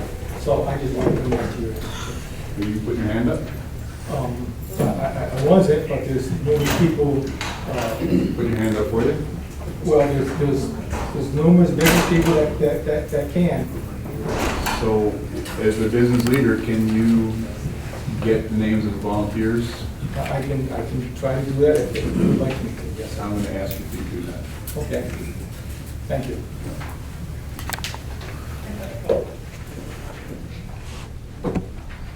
I'm Maureen here, this city, I own business.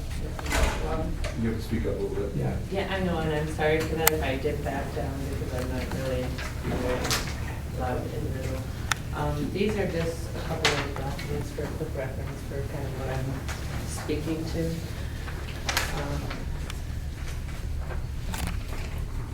What was your name? Lorene Muir, the Solar City.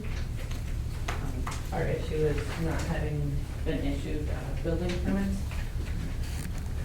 I guess this is the easiest place to stand. I had a prepared statement, but I'm going to try to be as brief as possible since everything's kind of been taking a while.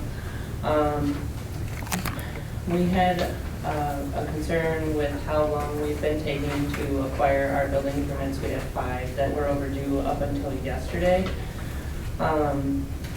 I was notified that our building permits were ready yesterday at some point, but I had to play phone tag to get back and forth as to when they were actually going to be here for me to pick them up.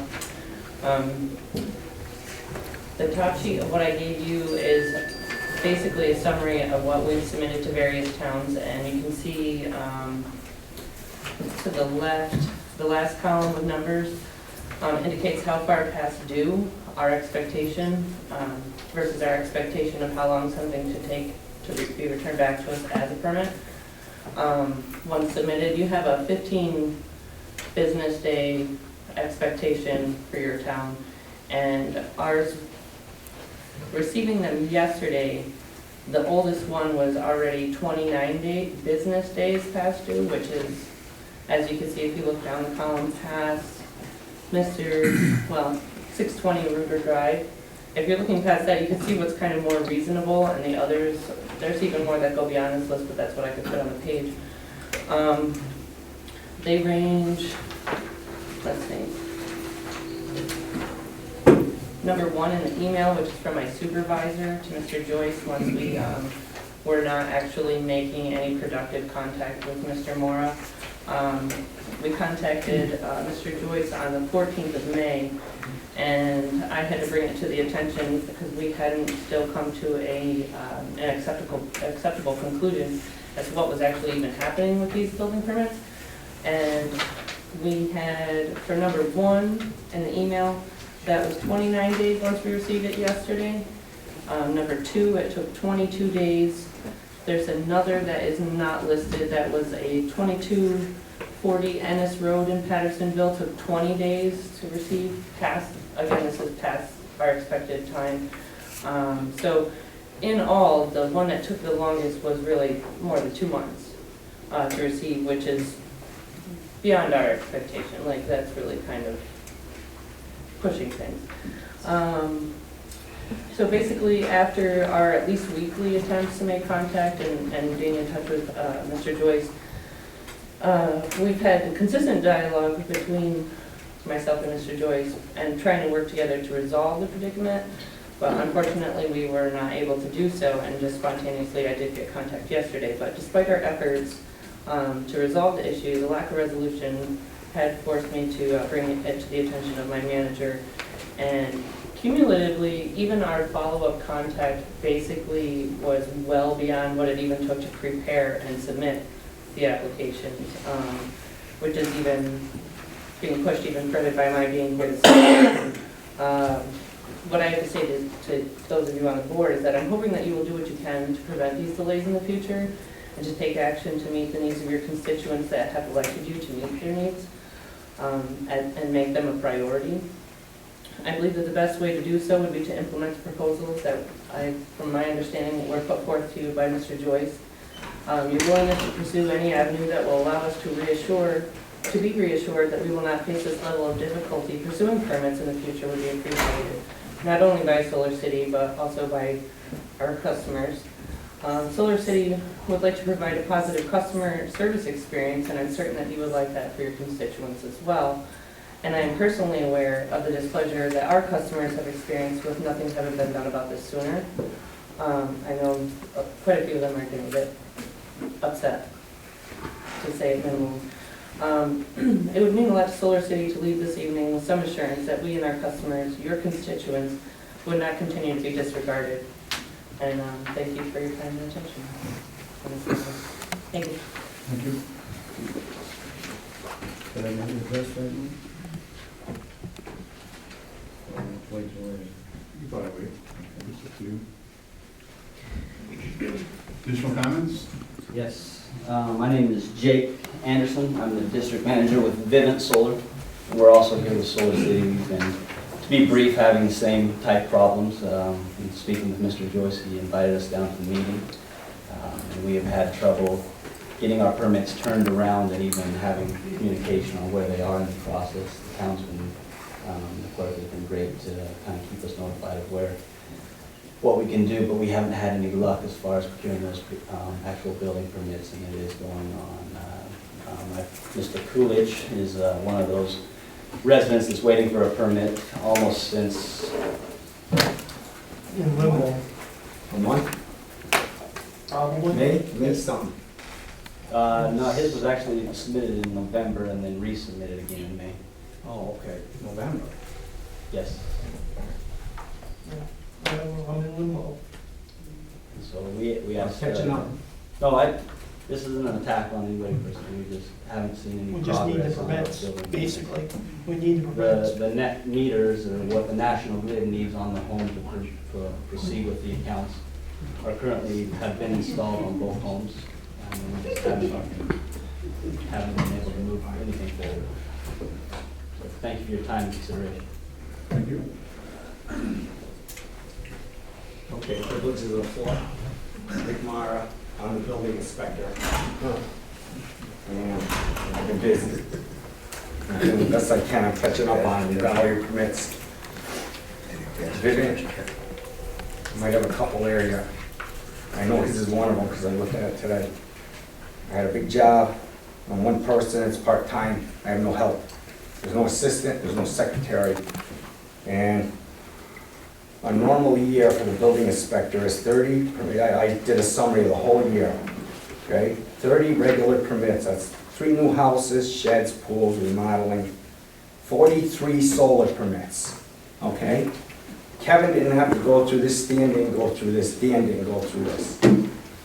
I got more than double the workload, which was not anticipated when I was appointed to the position. And I'm doing the best I can. You know, I gotta work and make a living, okay? And that's where I come from, that's where I'm full of mud. I'll get them to you, okay? You want my report while I'm here? Or you wanna call me back? Call you back. All right. I'll get them to you.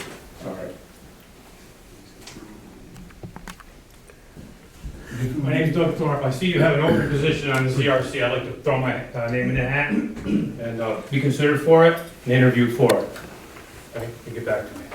Be great. I thought you gave it up for Dave Sanders. The CRC? No, It's sorry. gonna be for the ZRC. Right, sorry. Okay.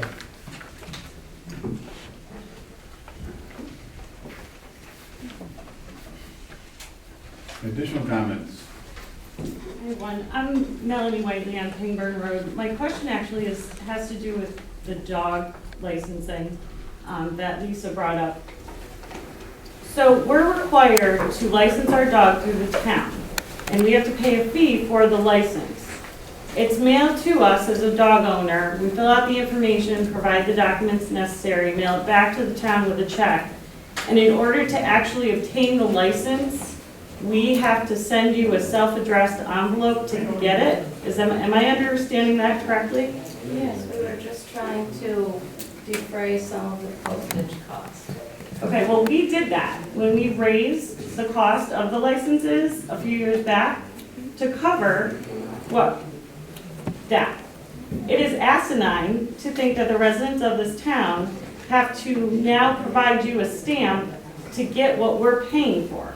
I don't provide a self-addressed envelope to DMV to get my registration for my car. Why am I doing it when I'm paying for a dog license to the town?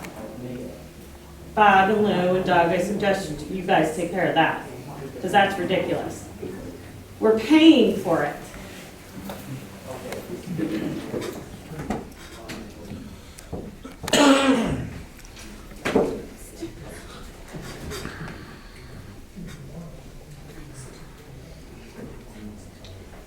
Additional comments or privileges of the floor?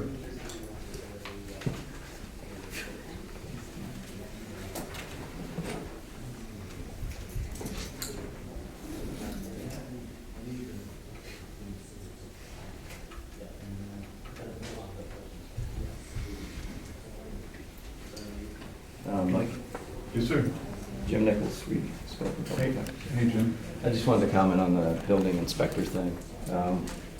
I've been trying to reach Nick for, I don't know, about a month or so, just to get some guidance as a homeowner. I don't know much about getting building permits or anything, and I hadn't been able to reach him. So it seems like he is super busy, as he said, so if there's something that can be done to get Nick some support, seems like it would be a good idea. Well, like I said, I'm just an average homeowner, not like Solar City guys or something, and I just wanted to investigate what it would take to build a garage, you know, what I needed to submit for documentation, all that kind of stuff, because I don't know any of that, so. And I haven't been able to reach him, like I said, for about a month. It's been difficult to get him. I left a message with the town clerk once, and of course I called you. I couldn't get to a voicemail. I tried email, so I think I did everything I could, but perhaps it was another avenue I could have taken. But if there's a way to get him some support or do something, I think I'd personally appreciate it, but anyway. Perfect. Thanks, Jim. Yep. I'll make a comment. My name is Matt Baker. I'm at 4820 Dwaynesburg Road. We're building the new building up there. This morning, my plumber notified us we're ready for inspection for our plumbing inspection. Nick was there at 4:30 today for the inspection, so it's worked good for us. Good.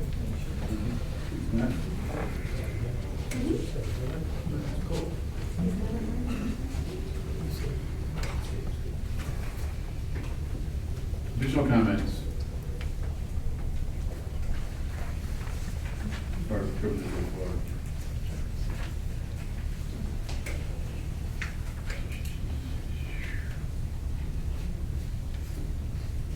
Going once? Twice? I think I'll speak to. I'm Vanessa Baker. We're building the building up on Route 7. And I do think that being a building inspector is a huge responsibility, and I think that he needs some help. Some office support. I don't know what's provided for him currently. He's been great with us, but we also have a big, building going in, and it's a big process. So we have a lot of steps. I do manage our business. I manage everything. I can make those phone calls. I can follow up. I can get in a car and I can drive to his house and pick up the permit. But if there's someone that's working that can't do that during his hours or during the odd hours that it's required because it is a part-time job, I think he needs some help. I think it's important for the town to support him.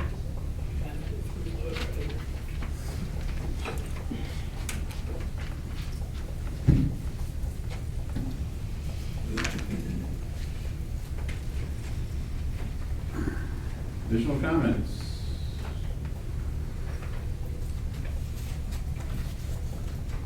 Going once?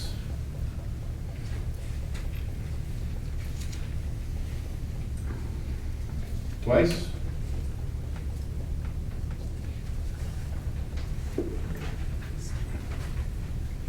Third time? All right, we're gonna close comments or privileges of the floor at 8:47. In the interest of time, I'll skip on the action register and go to reports. Highway. I'll start out with saying, wow. I'm Nick Mauer, Highway Superintendent for 23 years, and all this talking we're doing about everything, it would be nice if the town could figure out some way to have money to maintain our roads. I've got an estimate here now for road work to be done, and I went shopping around and I got on my June down the best I can do.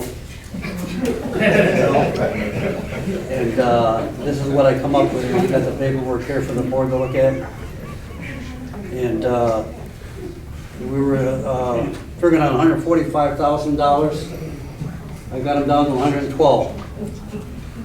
I cut here and there, and I got all itemized here for the. Have one meeting, please. For everybody to look at here. I can read off to you people here.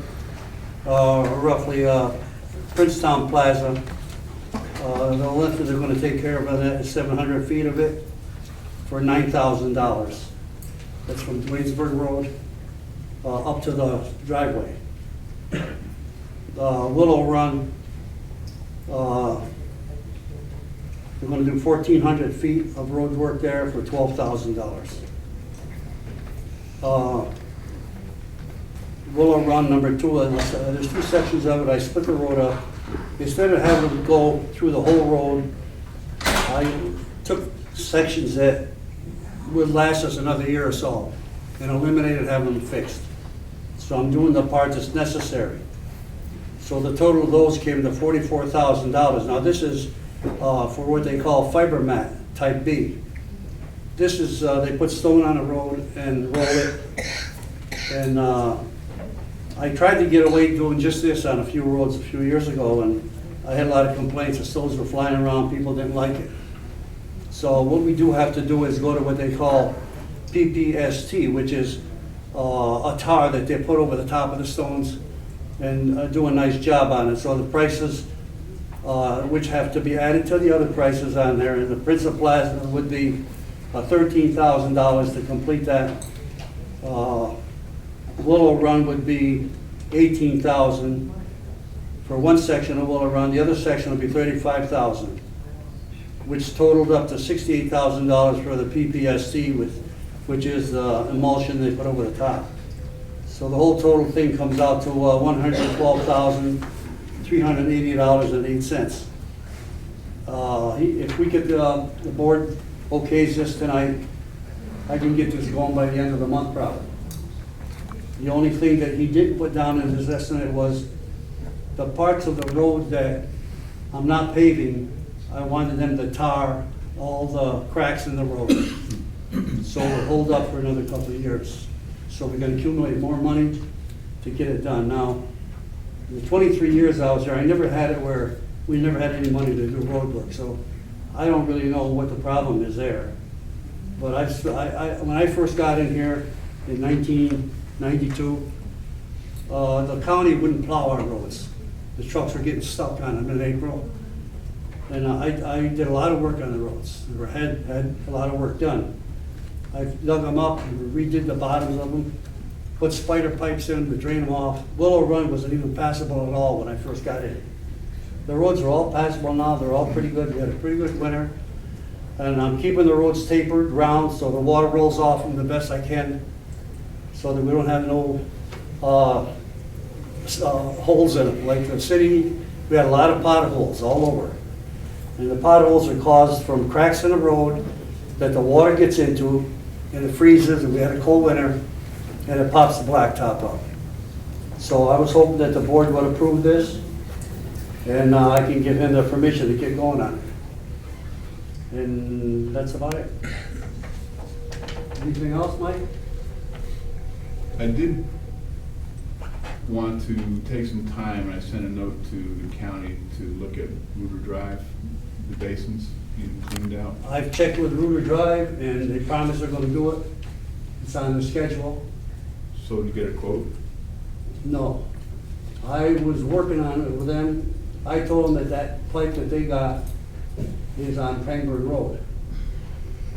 The catch basin is actually on Rooter Drive and Pangburn Road. Right, there's a catch basin that's supposed to be up the road. There's two of them up the road that are. Well, the ones up the road are different. That's, we have to get with them and have them do that. That's gonna be extra money. They give us a rough price, I think, like, what, $8,000? That was for 2 years ago, a year ago, which they never did. Okay? And the other thing I'm getting calls a lot is on Quackenbush Road, and they gotta dig the ditches out, and clean the sides of the road out, and it's on their schedule, which they're gonna do it. That's about it. So, just so we're clear, so Quackenbush is a county road, so they're clearing the culverts. They're gonna do it. They have done road on Quackenbush, they did work there, they put 2 culverts across the road. Down by Gilman's, yeah. Yeah, so that problem was solved, you know? Yep. It's just this one issue now, and it's cleaning out the side of the road so the water will run down. And also it's on the turn, the water is coming off of Besenwald's property, which is going to keep doing it. But it has been corrected where it'll run down the road now. The road, the sides of the road has to be cleaned. That's about it, okay? Yep. So back to Rooter Drive. Yeah, I gotta make contact with them and see. All right. Get a I price sent on them it. an email, so as soon as I get a response, I'll call you up. We'll walk it out. Yeah, okay. Good deal? Mhm. Any questions for Nick Senior? Yeah, what are the difference? You know, the PPST and the Type B fiber mat, does the second one last longer to justify the additional money? You gotta do the first one, then do the second one. Second one's put over the top of the stone to hold it. It actually gives it like an Amazon blacktop coating, which is, we did all the other roads that way a couple of years ago, and it works out pretty good. It's a cheap way to do it. We don't have two choices here, there's just one choice. Put the fiber mat down, Well, and you gotta then do tore the- over the top. Yeah, you gotta do the other one. I didn't understand. You could, if the road isn't used a lot, we could just get away doing the one if there's not many houses on it, where the stones, the people won't complain about the stones. What happened last time, the problem I had was with Rooter Drive and Normanskill, we had just put the stone on it and tried to get away with it. But we got a lot of complaints, people didn't like it, the stones were shooting all over the place. So that was the 112,000 or whatever it was, it's 44,000 plus 68,000. Exactly. Yeah, I gotta do them both, you gotta do them both. The only thing is, he wanted like $4,000 to do, tar all the joints, which would be an add onto the, they bring it up to, what, 118,000? Close enough. Well, 112 and 4 is 16, 116,000.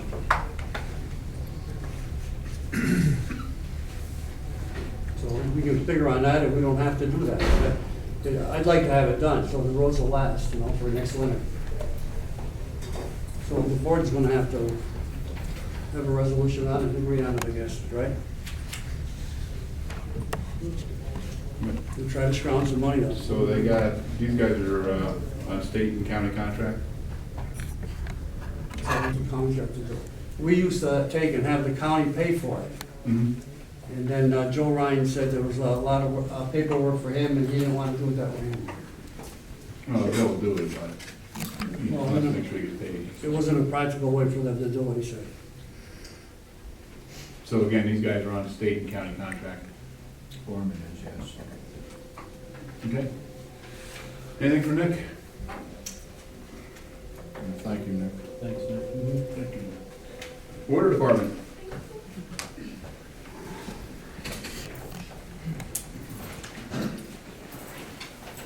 Well, we had a fairly quiet month, just rebuilt the pressure reducing valve on the Clear Drive booster station. The Arc Plant Energy finally got around to replacing one of the inverters on Different Church Road, it was down in 3 weeks. And outside of that, a lot of routine stuff. Some days a lot of water usage when it was dry out. Now that we're back from rain again, the water usage is down to about 60, 70,000 gallons a day, so.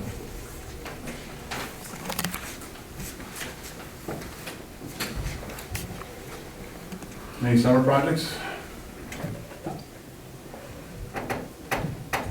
Hopefully we can do some repairs.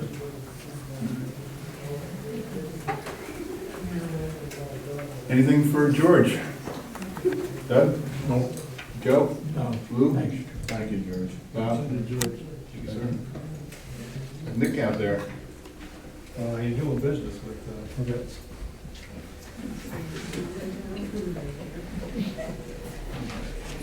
Let's skip it and move on and come back to him. All right. Minutes. The motion and minutes of the May 12th, 2015 town board meeting approved.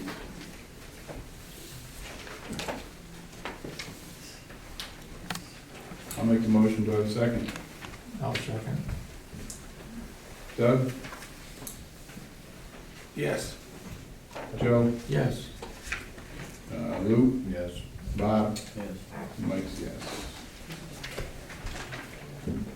Town records management policy, I'd like to bring this back up again. Before I make a motion, can we table this till the 23rd meeting? You guys okay with that? Yes.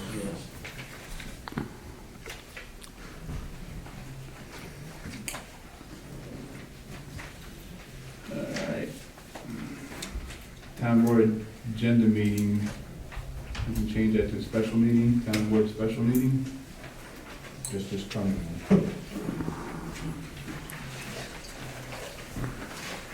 We resolve the town board of town of Princetown should meet on Tuesday, June 23rd at 7 p.m. This meeting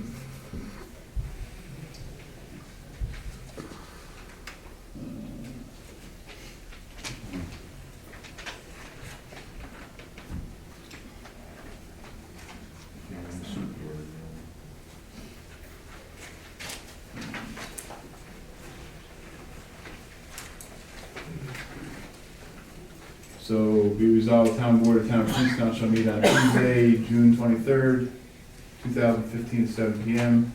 Be resolved that the town clerk, Sandy Fortune, shall publish notice of the revised town board meeting scheduled in the Gazette as required.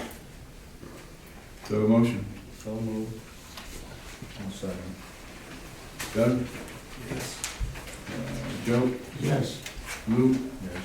Bob? Yes. Mike's yes. Adjustment of town assessor salary.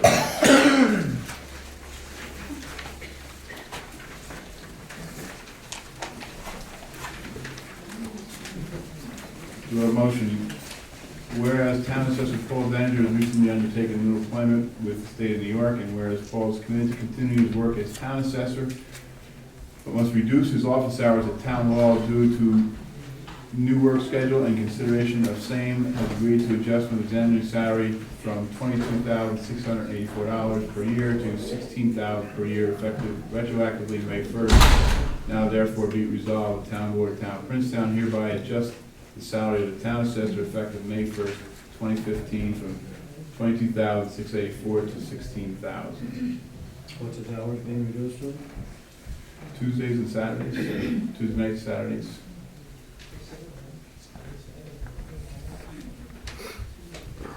And then when, upon appointment, if required. How did you come up with the salary you mentioned? He put an offer in. That's his offer. No, his offer was 16.8, I think.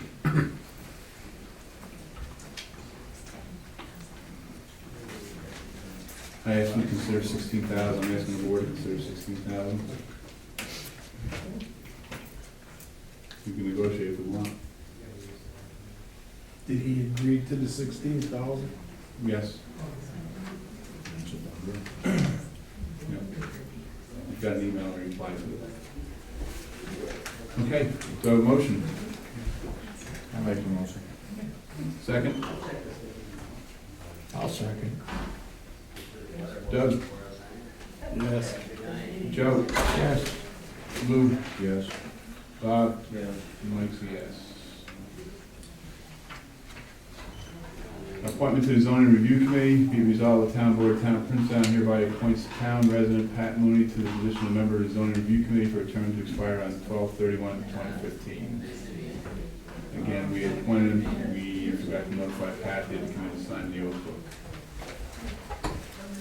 All the other interest, could we table that?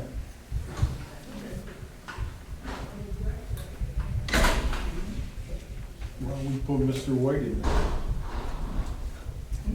Mr. White, I don't think he put his hand up. Mr. Thorpe already asked if You? Put your hand in too.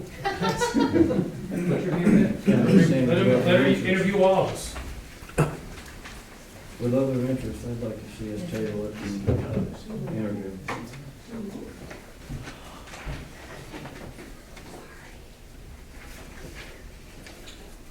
Do it on the 23rd?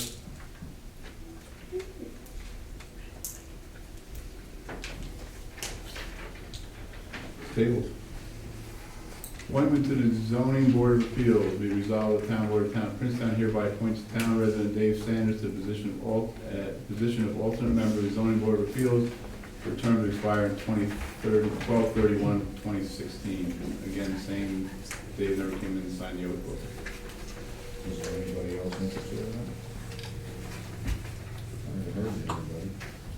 Doug Thorpe was, No. but he pulled his name that night. I supported Dave Sanders to be on that board. Right. I'll make the motion. I'll second. Doug? Yes. Joe? Yes. Lou? Yes. Bob? Yes. Mike's a yes. Oh. Ready for report? Yeah. You ready? Stop. Thanks for singing that, Mommy. I took care of that 2 more ago. Okay, we got a 5-month report here, okay? January was 0, February was 2 solars, March was 0. April, we got Baker's Garage, a solar, a shed.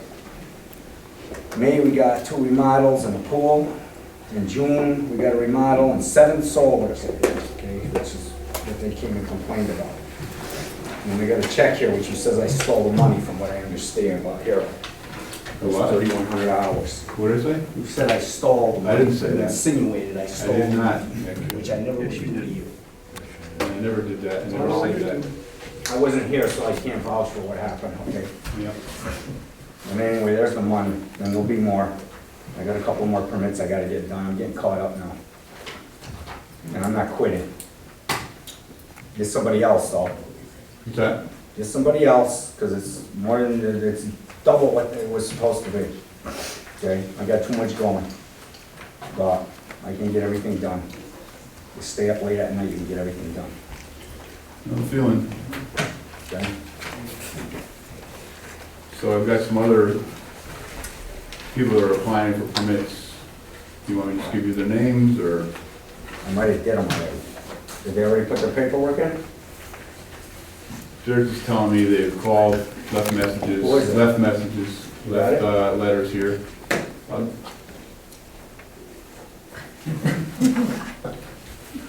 You've seen this one? You can't have it.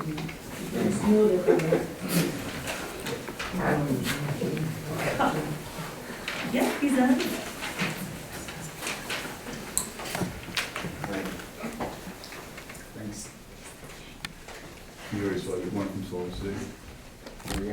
so she called me. Yeah. And she wasn't the money yet, told. So, Bringing up checks. yeah. So we still have and I'm sure you heard, Nick, but, you know, by law, and I'll refer to Mike here to talk about it, but you're not certified, I'm not sure if you've taken any classes yet? No. That's why I said you gotta get somebody else. Too busy. It's 18 days course. Not gonna happen. And you got a year and a half, so I'm good yet. It's only been a year. I told you, do interviews, do what you gotta do. I'll stay until then. I'm not gonna do a damn thing. I'm not gonna leave you.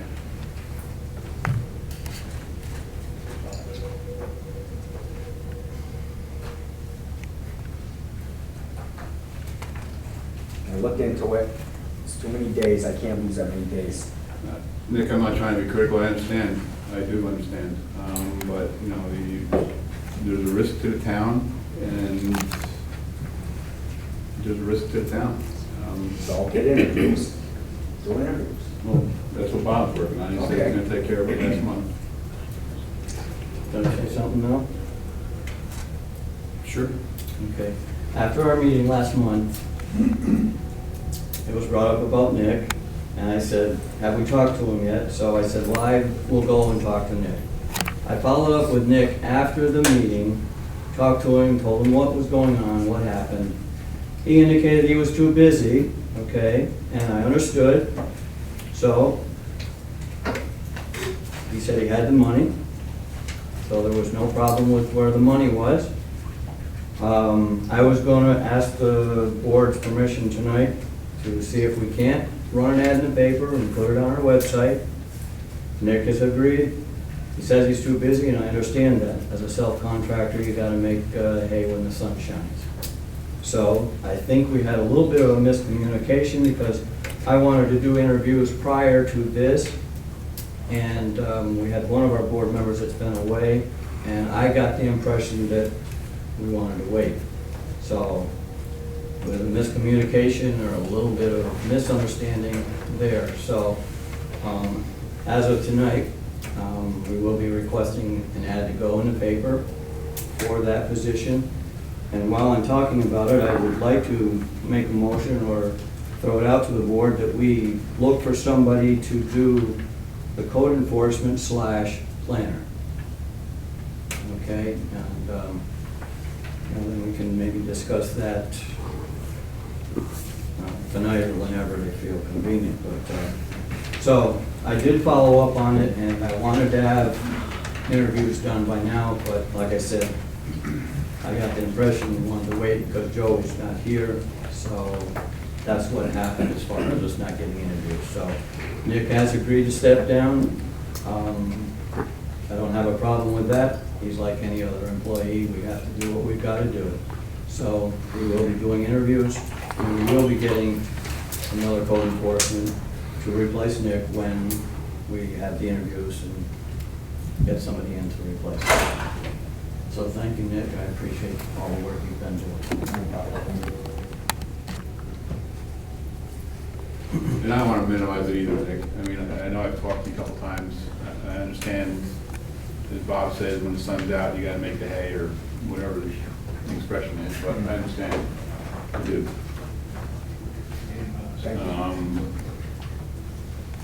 But, you know, my responsibility is to Mr. Nichols and to all the other people too. So what I'm proposing, if it's okay with you, is, and the board, is to appoint Doug Cole as intern during this position now. For a couple reasons, Nick. I mean, if you're too busy, you're too busy. I mean, you know, you don't want to be doing half a job on your job and half a job on our job, and nobody's getting good service. I mean, if Doug Cole can do it, and you can at least split the workload, you can go and do that. With him? Well, yeah, I mean, if he does houses and you do solar or something like that, I mean, I'm just saying. I'll do the houses, he can do solar. Whatever, all I'm saying is, you know, we need to, you know, it's the residents, that's, you know, you gotta admit, April 7th is a long time. Yeah, I know. That's a really long I time. know. Yeah, but the houses I issued the permits on, they didn't hold up the residents there. The solar stuff is something else. Right, but it's still, I Oh, wow. mean, you know projects are money, time is money. I know. You're sitting on these projects. I know, they're all cool. They're all fine with me. Well, I mean, people you're looking at now, Skyline Drive, that guy was a little upset, but, I mean, if that's okay, you know, I'd like to meet you halfway here. I mean, you know, I don't want to be throwing you out the We'll door. probably have somebody in by next month. I know, but this is the season. Today's. I'm caught up now. I got like 2 more permits I gotta issue, so it's not a big deal right now. The job's lightening up, but I'm working on, I got it under control right now. So it's up to you guys, because you're gonna have to pay it. $125 an hour? Yeah, he ain't gonna work for that. So just let it ride. Do your interviews, I can stick it out for another month. Why would we want to pay $125 an hour? You know, right, you're gonna get it for 25. So, the reason is take the house on Skyline Drive, which is a log cabin kit. Now, if I'm gonna, you know, in my projects, if I pull up to a Verizon building with a truck and a crew, and they're not ready, it's billable time. So my example here is that when I talked to the builder up there, he goes, the truck is on the way, I can't get an inspection, I need an inspection. I inspected it, the foundation Right, for Como. yep, I looked at it. I know. Mark Nardini was there. I know. This is after he called me a few times, and then I called you. Now, I don't want to get into specifics here, it's not an issue, right? I was up there. Mark Nardini was bulldozing when I went up there. The foundation was just there. I inspected it all. Right. Nick, all I'm saying is, do you mind? All I'm suggesting is, Nick, is the responsibilities to the bigger residents. That's all I'm suggesting. You know, if you got it, great. If you don't, then just say it. I got it. Don't worry about it. I got it. Come on. All right. And we'll spend $125 an hour. That's not cost effective, and you pride yourself on that. Okay? You don't go pull money like that. Right, we're saving money. Yeah, don't worry about it. So you can reach out to those people, I can call them back and say, Nick's gonna call them tomorrow. Taken care of. Okay? When's the last time Como called you? I'm not saying call them, I'm saying the people in your hand. Those people. I'll take care of them. Honestly, Just, yes, Nick, just say yes. Yes. Okay, thanks. That's it. That's all I need. I'm sure if you know, the people in this audience would be pretty upset if you had to wait 2 months. yeah. All right. Any questions for Nick? No, thank you, Nick. Thank you, Nick. All right, if you want to just, want to be a little bit polite. Well, I'm polite. You are trashing this man in front of everybody. All right, okay, Nick, just say yes to me. Just agree. He gets it. We get it. Have this conversation out of here. This is ridiculous. Tell people that are Have a meeting. a towel or go cry. I mean, what kind of? Oh, you missed it then, but you told someone else to shove a sock in her face? You're right about was that, but nice. you've been very rude. You've been laughing. I mean, not just you, but a lot of people have been. And you know what? I think that everybody should be respectful. I don't care if you're a Democrat or Republican or what, but everybody should be treated with respect. And this is not happening in No these one board here meetings. treats anyone with respect, Well, darling. I mean, you know, jabs. All right. So you caused this. Welcome to the. You create this. Right. You do. You want to go to the floor? We'll stop right there and you can step up. For what? Privileges of the floor. Oh, usually there's no back and forth and you're yelling at Yes, someone I know. and whatever. No, finish your meeting, Mike. It's your meeting. Excuse me, just 1 second, sorry. Change to 143 in the amount of $23,234.22. Pay the bill, I'm going home. As I've indicated, the receipts are in the back, not the receipts, but the voucher numbers. Do I have a motion?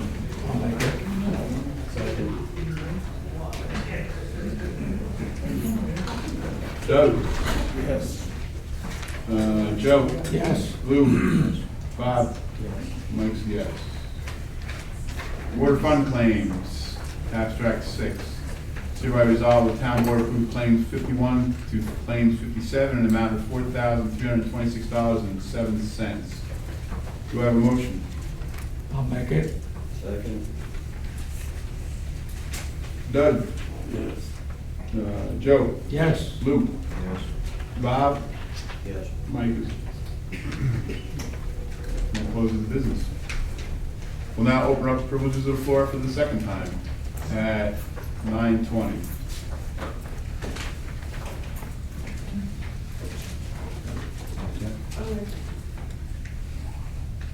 Yes, sir.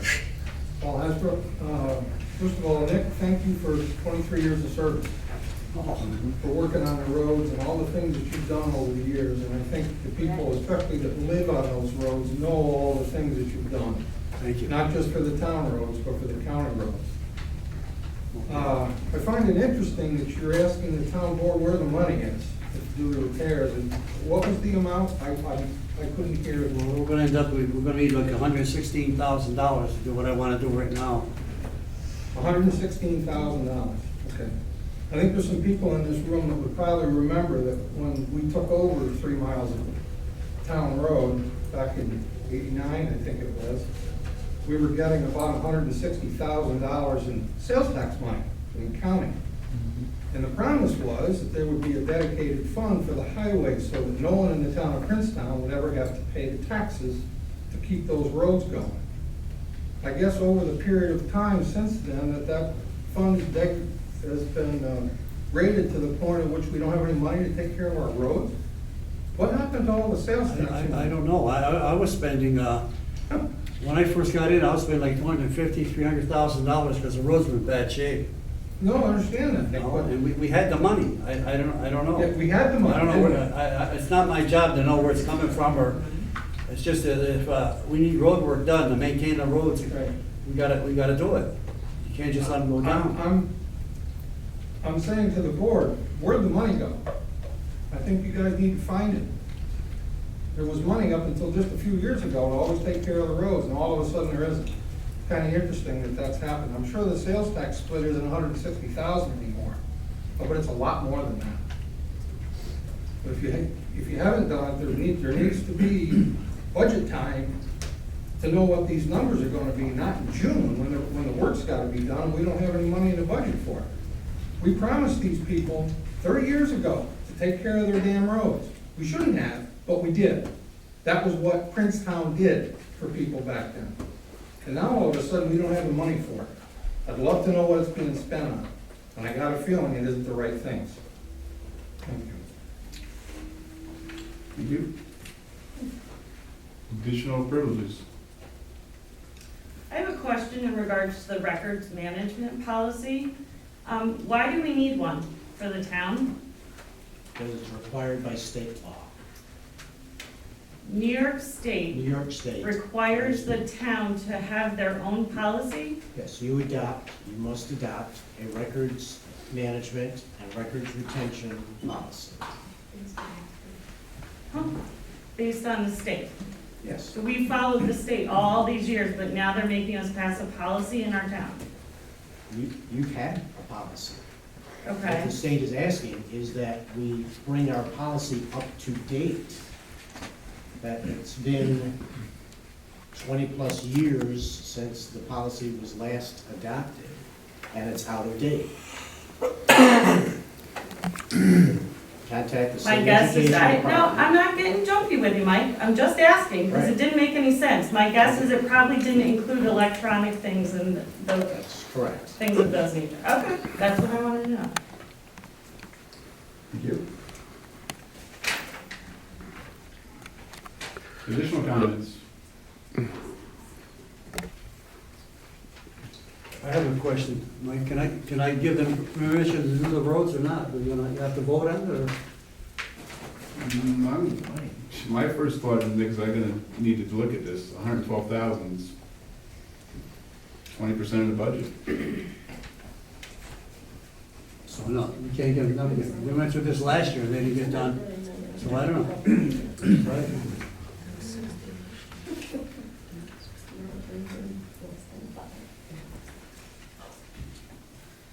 Did we not budget money in the road, the highway? Well, you were here, Bob. I know that, but that's what I'm saying, we did budget money for it, so where is that? It's in the budget. Right, then we should be able to use that, correct? If you want to make that motion, Bob, that's fine. I'm going to say, look, I want to look at this a little bit longer. I would Well, what like do to we take, budget the money for highways for then, right?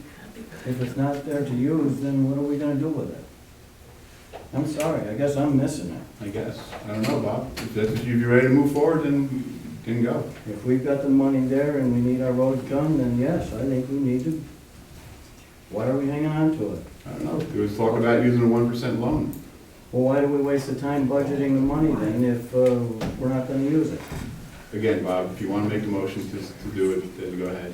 If we've got the money, Motion, Bob, make the motion. okay, we'll discuss it. Have you looked at the roads? No, I've been on many of them, yeah. Additional comments from the floor?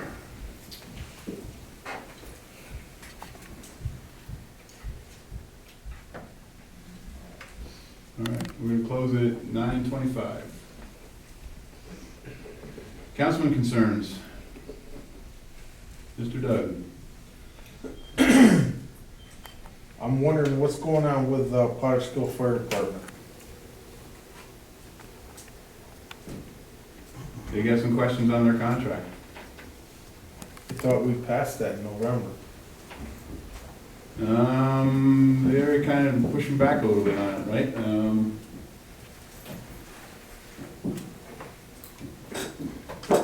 I spoke with their attorney today. He said he's waiting for them to get back to him. He said he doesn't see that there's any significant issue, but until... That's not true. Well, that's what he told me today. Bob and I just went up to speak with their fire chief before this meeting. That's not true. The contract was changed that we've had for 50 years with that company. We used to renew the same contract every year, the language in it for 50 years. As far as I know, Doug says it's been, I don't know how many years, he knows the date when it was started. Now it's changed. Things do change. And The law changes, and it's the same contract they have with Rotterdam. Same identical one. you want to look at the contracts? I've got them. Yeah, most of them have never been renewed, or haven't been renewed in 20 years, which is illegal. You have to have a contract if you want to have fire protection. And we renew the contract all the time. Do we not? You didn't. So now we are, and we're changing it. We're bringing it up to date, like we're trying to bring other things up to date. We're making it very restrictive on them, making them with a lot more things required. You know, we never discussed this as a town board. Like what, Bob? Well, why is it up to us for them to give us a call log? Okay? Petty things like that. Since when have we ever requested a fire department to give us a call log? You know, they're volunteer firemen, and now we're reneging and trying to make their job that much more difficult. I have a problem with that. You know, here we have volunteer firemen, and now, 6 months later, after we pass a contract, we go out and we're hearing from town residents about what's going on. We don't even know anything about it, Mike, and it's you and the attorney that are taking and making the changes. Let's take care of these things as a town board, not as a one-man show. Where does it say call logs? Read the bottom thing, we just were looking at it. Where does it say call On the logs? second page. I don't know why it needs Contract to be has been changed. I don't understand why it was changed. It's the So we same never contract gone with through that Rotterdam before. that they have with Rotterdam, and they had no problem with it. Now, all of a sudden, we have a problem with Platterkill. No. We've never had a problem. Yeah, we do. There is a They're problem. not happy up there. Jesus. They hired an attorney. They never had to have an attorney.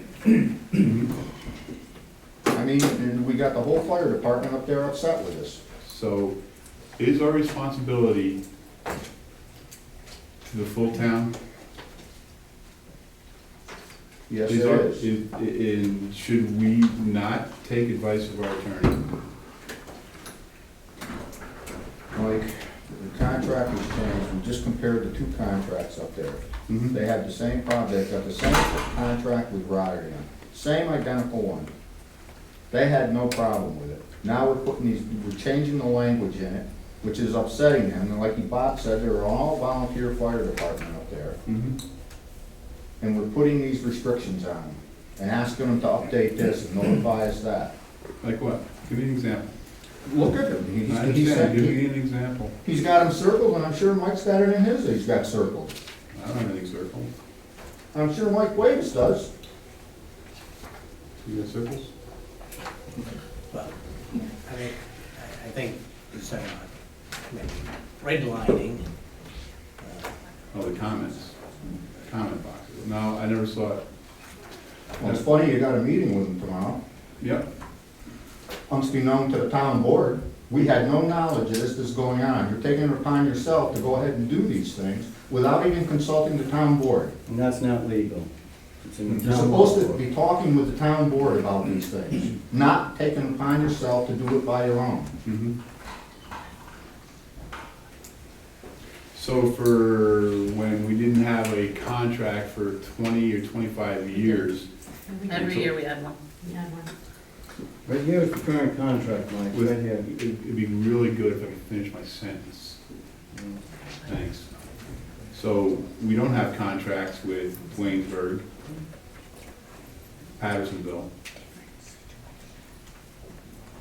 We've missed a The couple. fire district, there's two different systems there, Mike. Right, but the point is, we need a contract. And They gave you one, Potter Kill, correct? right? So what I'm trying to accomplish here is to have a same contract, a template that we can use for all the fire districts. And also, all I'm asking of them is when they submit a budget, that they're all the same budget. That's all we're asking. Show us how you're gonna spend the money. That's it. Is my house jeopardized up there? You have an issue with the fire department and No. squabbling within the town? Nope. Now, so, you know, they're all So the mad. answer, Doug, is Excuse me? no.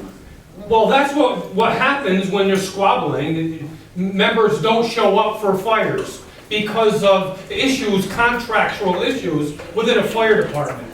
So structures are gonna be, you know, subjected to less personnel going to a fire because of some stupid contract negotiations in the town. Really? So, well, that's my opinion. I live in the town, I'm in the Clottercombe district, Yeah, me too. okay? So, you know, the last thing I want is any disruption in the fire service to my structure or my neighbors or anybody in the town.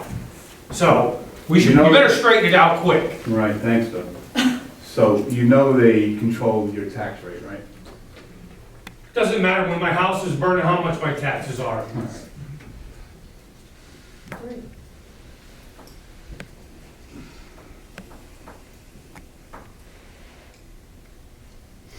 Additional comments from the board or concerns? I'd like to have executive session at the end of the town board meeting to ask you some questions about a certain party. Can you give me a hint on a party? Planning board. The way they talk tonight in here, Mm-hmm. in planning board meetings. She's Alright. not the chairman of the planning board anymore. It's Yep. time she learns that. Yep. She's not running Princetown now. Yep. So, anything else, Doug? That's it. Joe? No, okay, nothing. Mr. Lou? Yes, I do. I wanna know what we're gonna do with the slaughter kill. I don't want that contract to stay. Okay. And I don't think, and you should have come to the town board and told us what you were doing. So we had a public meeting. is when I asked them to sign it, that they had some concerns. He But thought you it know was- what, so I tell you what, Lou, why don't you take over negotiations? I will, if you want. Go for it.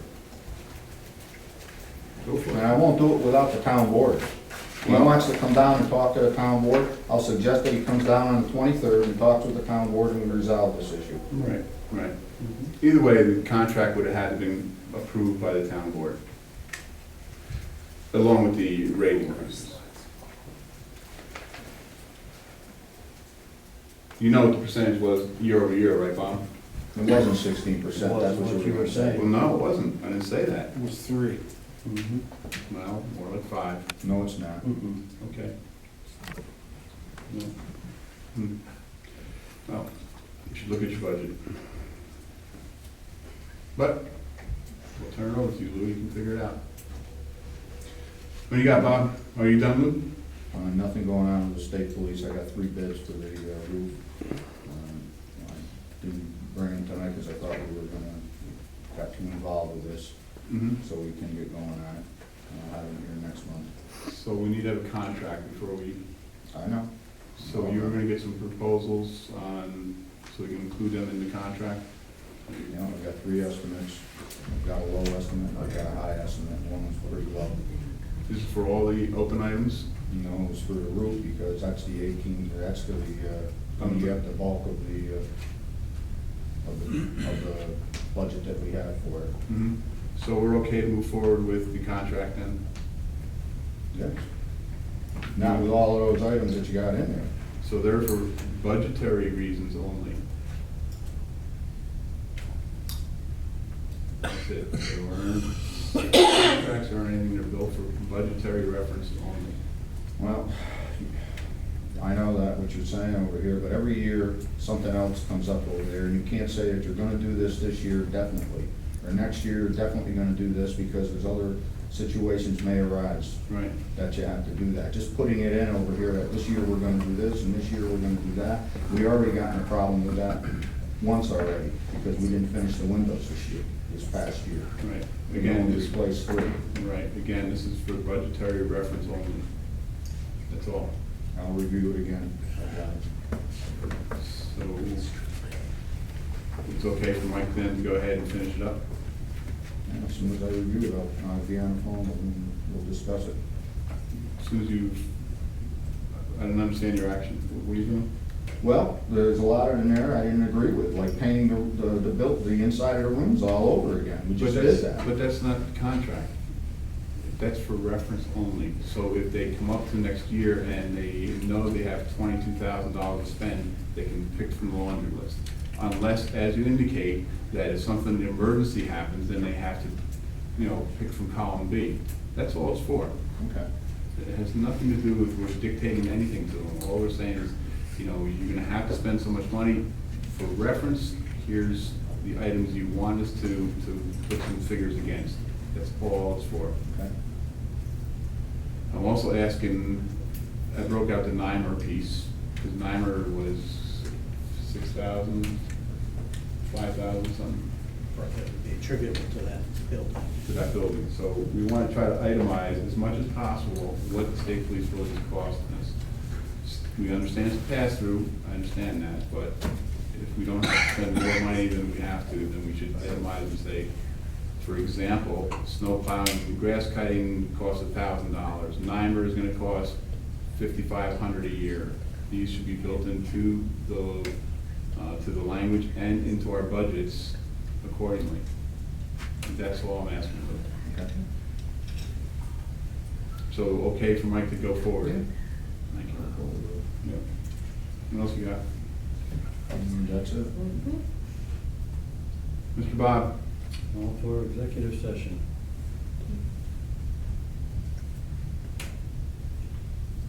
Other than that, I'm okay. Oh, I've got one other thing. How did this stamp thing come about, that we decided to pass through the stamps? Who authorized that? We didn't. Didn't come from the town board. So I think you should ask Sandy. I don't remember exactly. I thought we had discussed it with Mike. It was over a year ago. It's been that way for over a year. No, I don't think we should be doing that. Absolutely not. So before we go to executive session, I want to be sure that we're going to put that ad in the paper for code enforcement, so we can get on with it. If it's okay with you.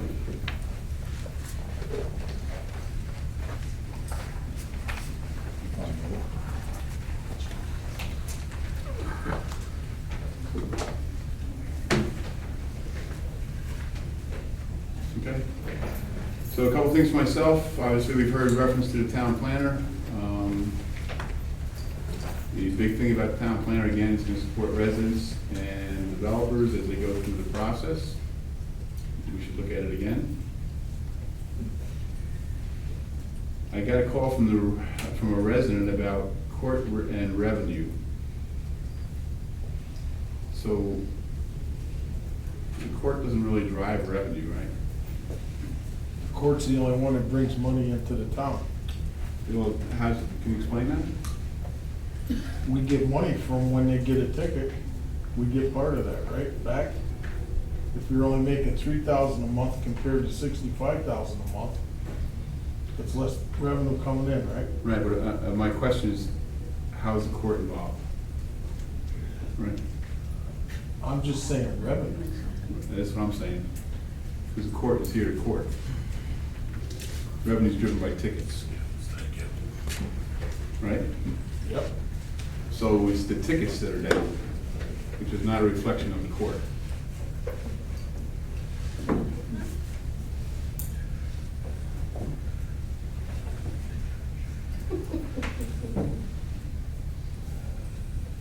Agree?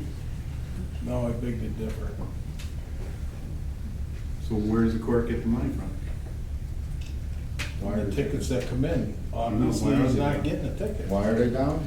We can thank our former judge for that. So the ticket's been dropping since 2008.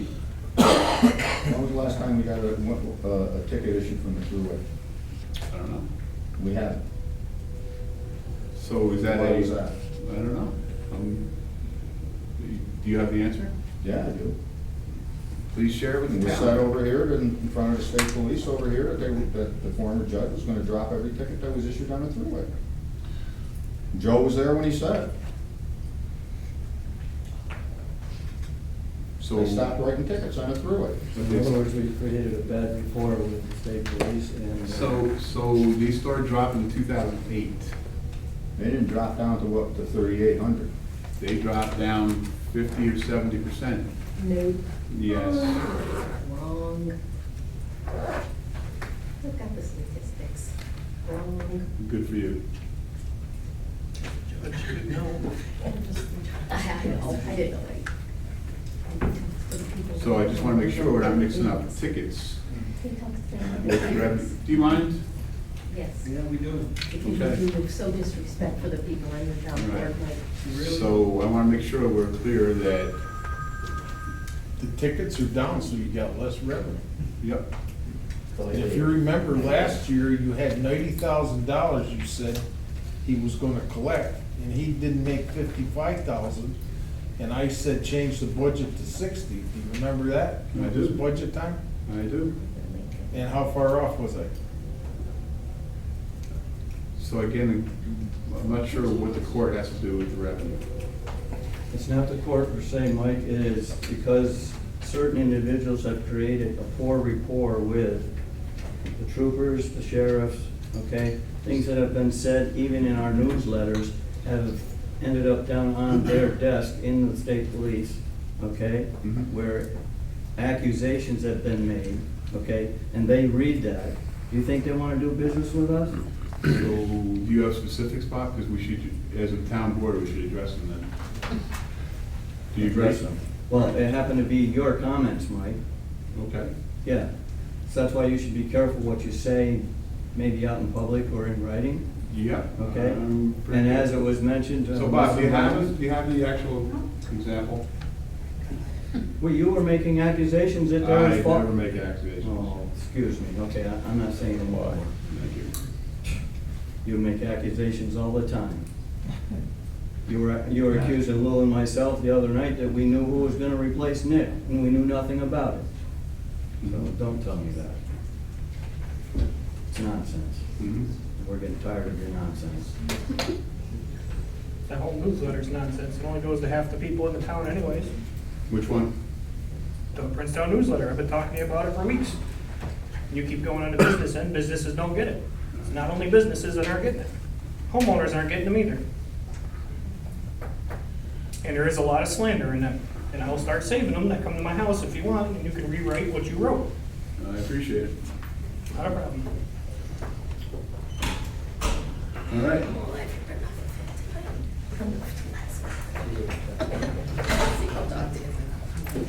No, we get all after tonight. Do we have a motion to adjourn? Executive session. Make a motion to go into executive session. Oh, yes.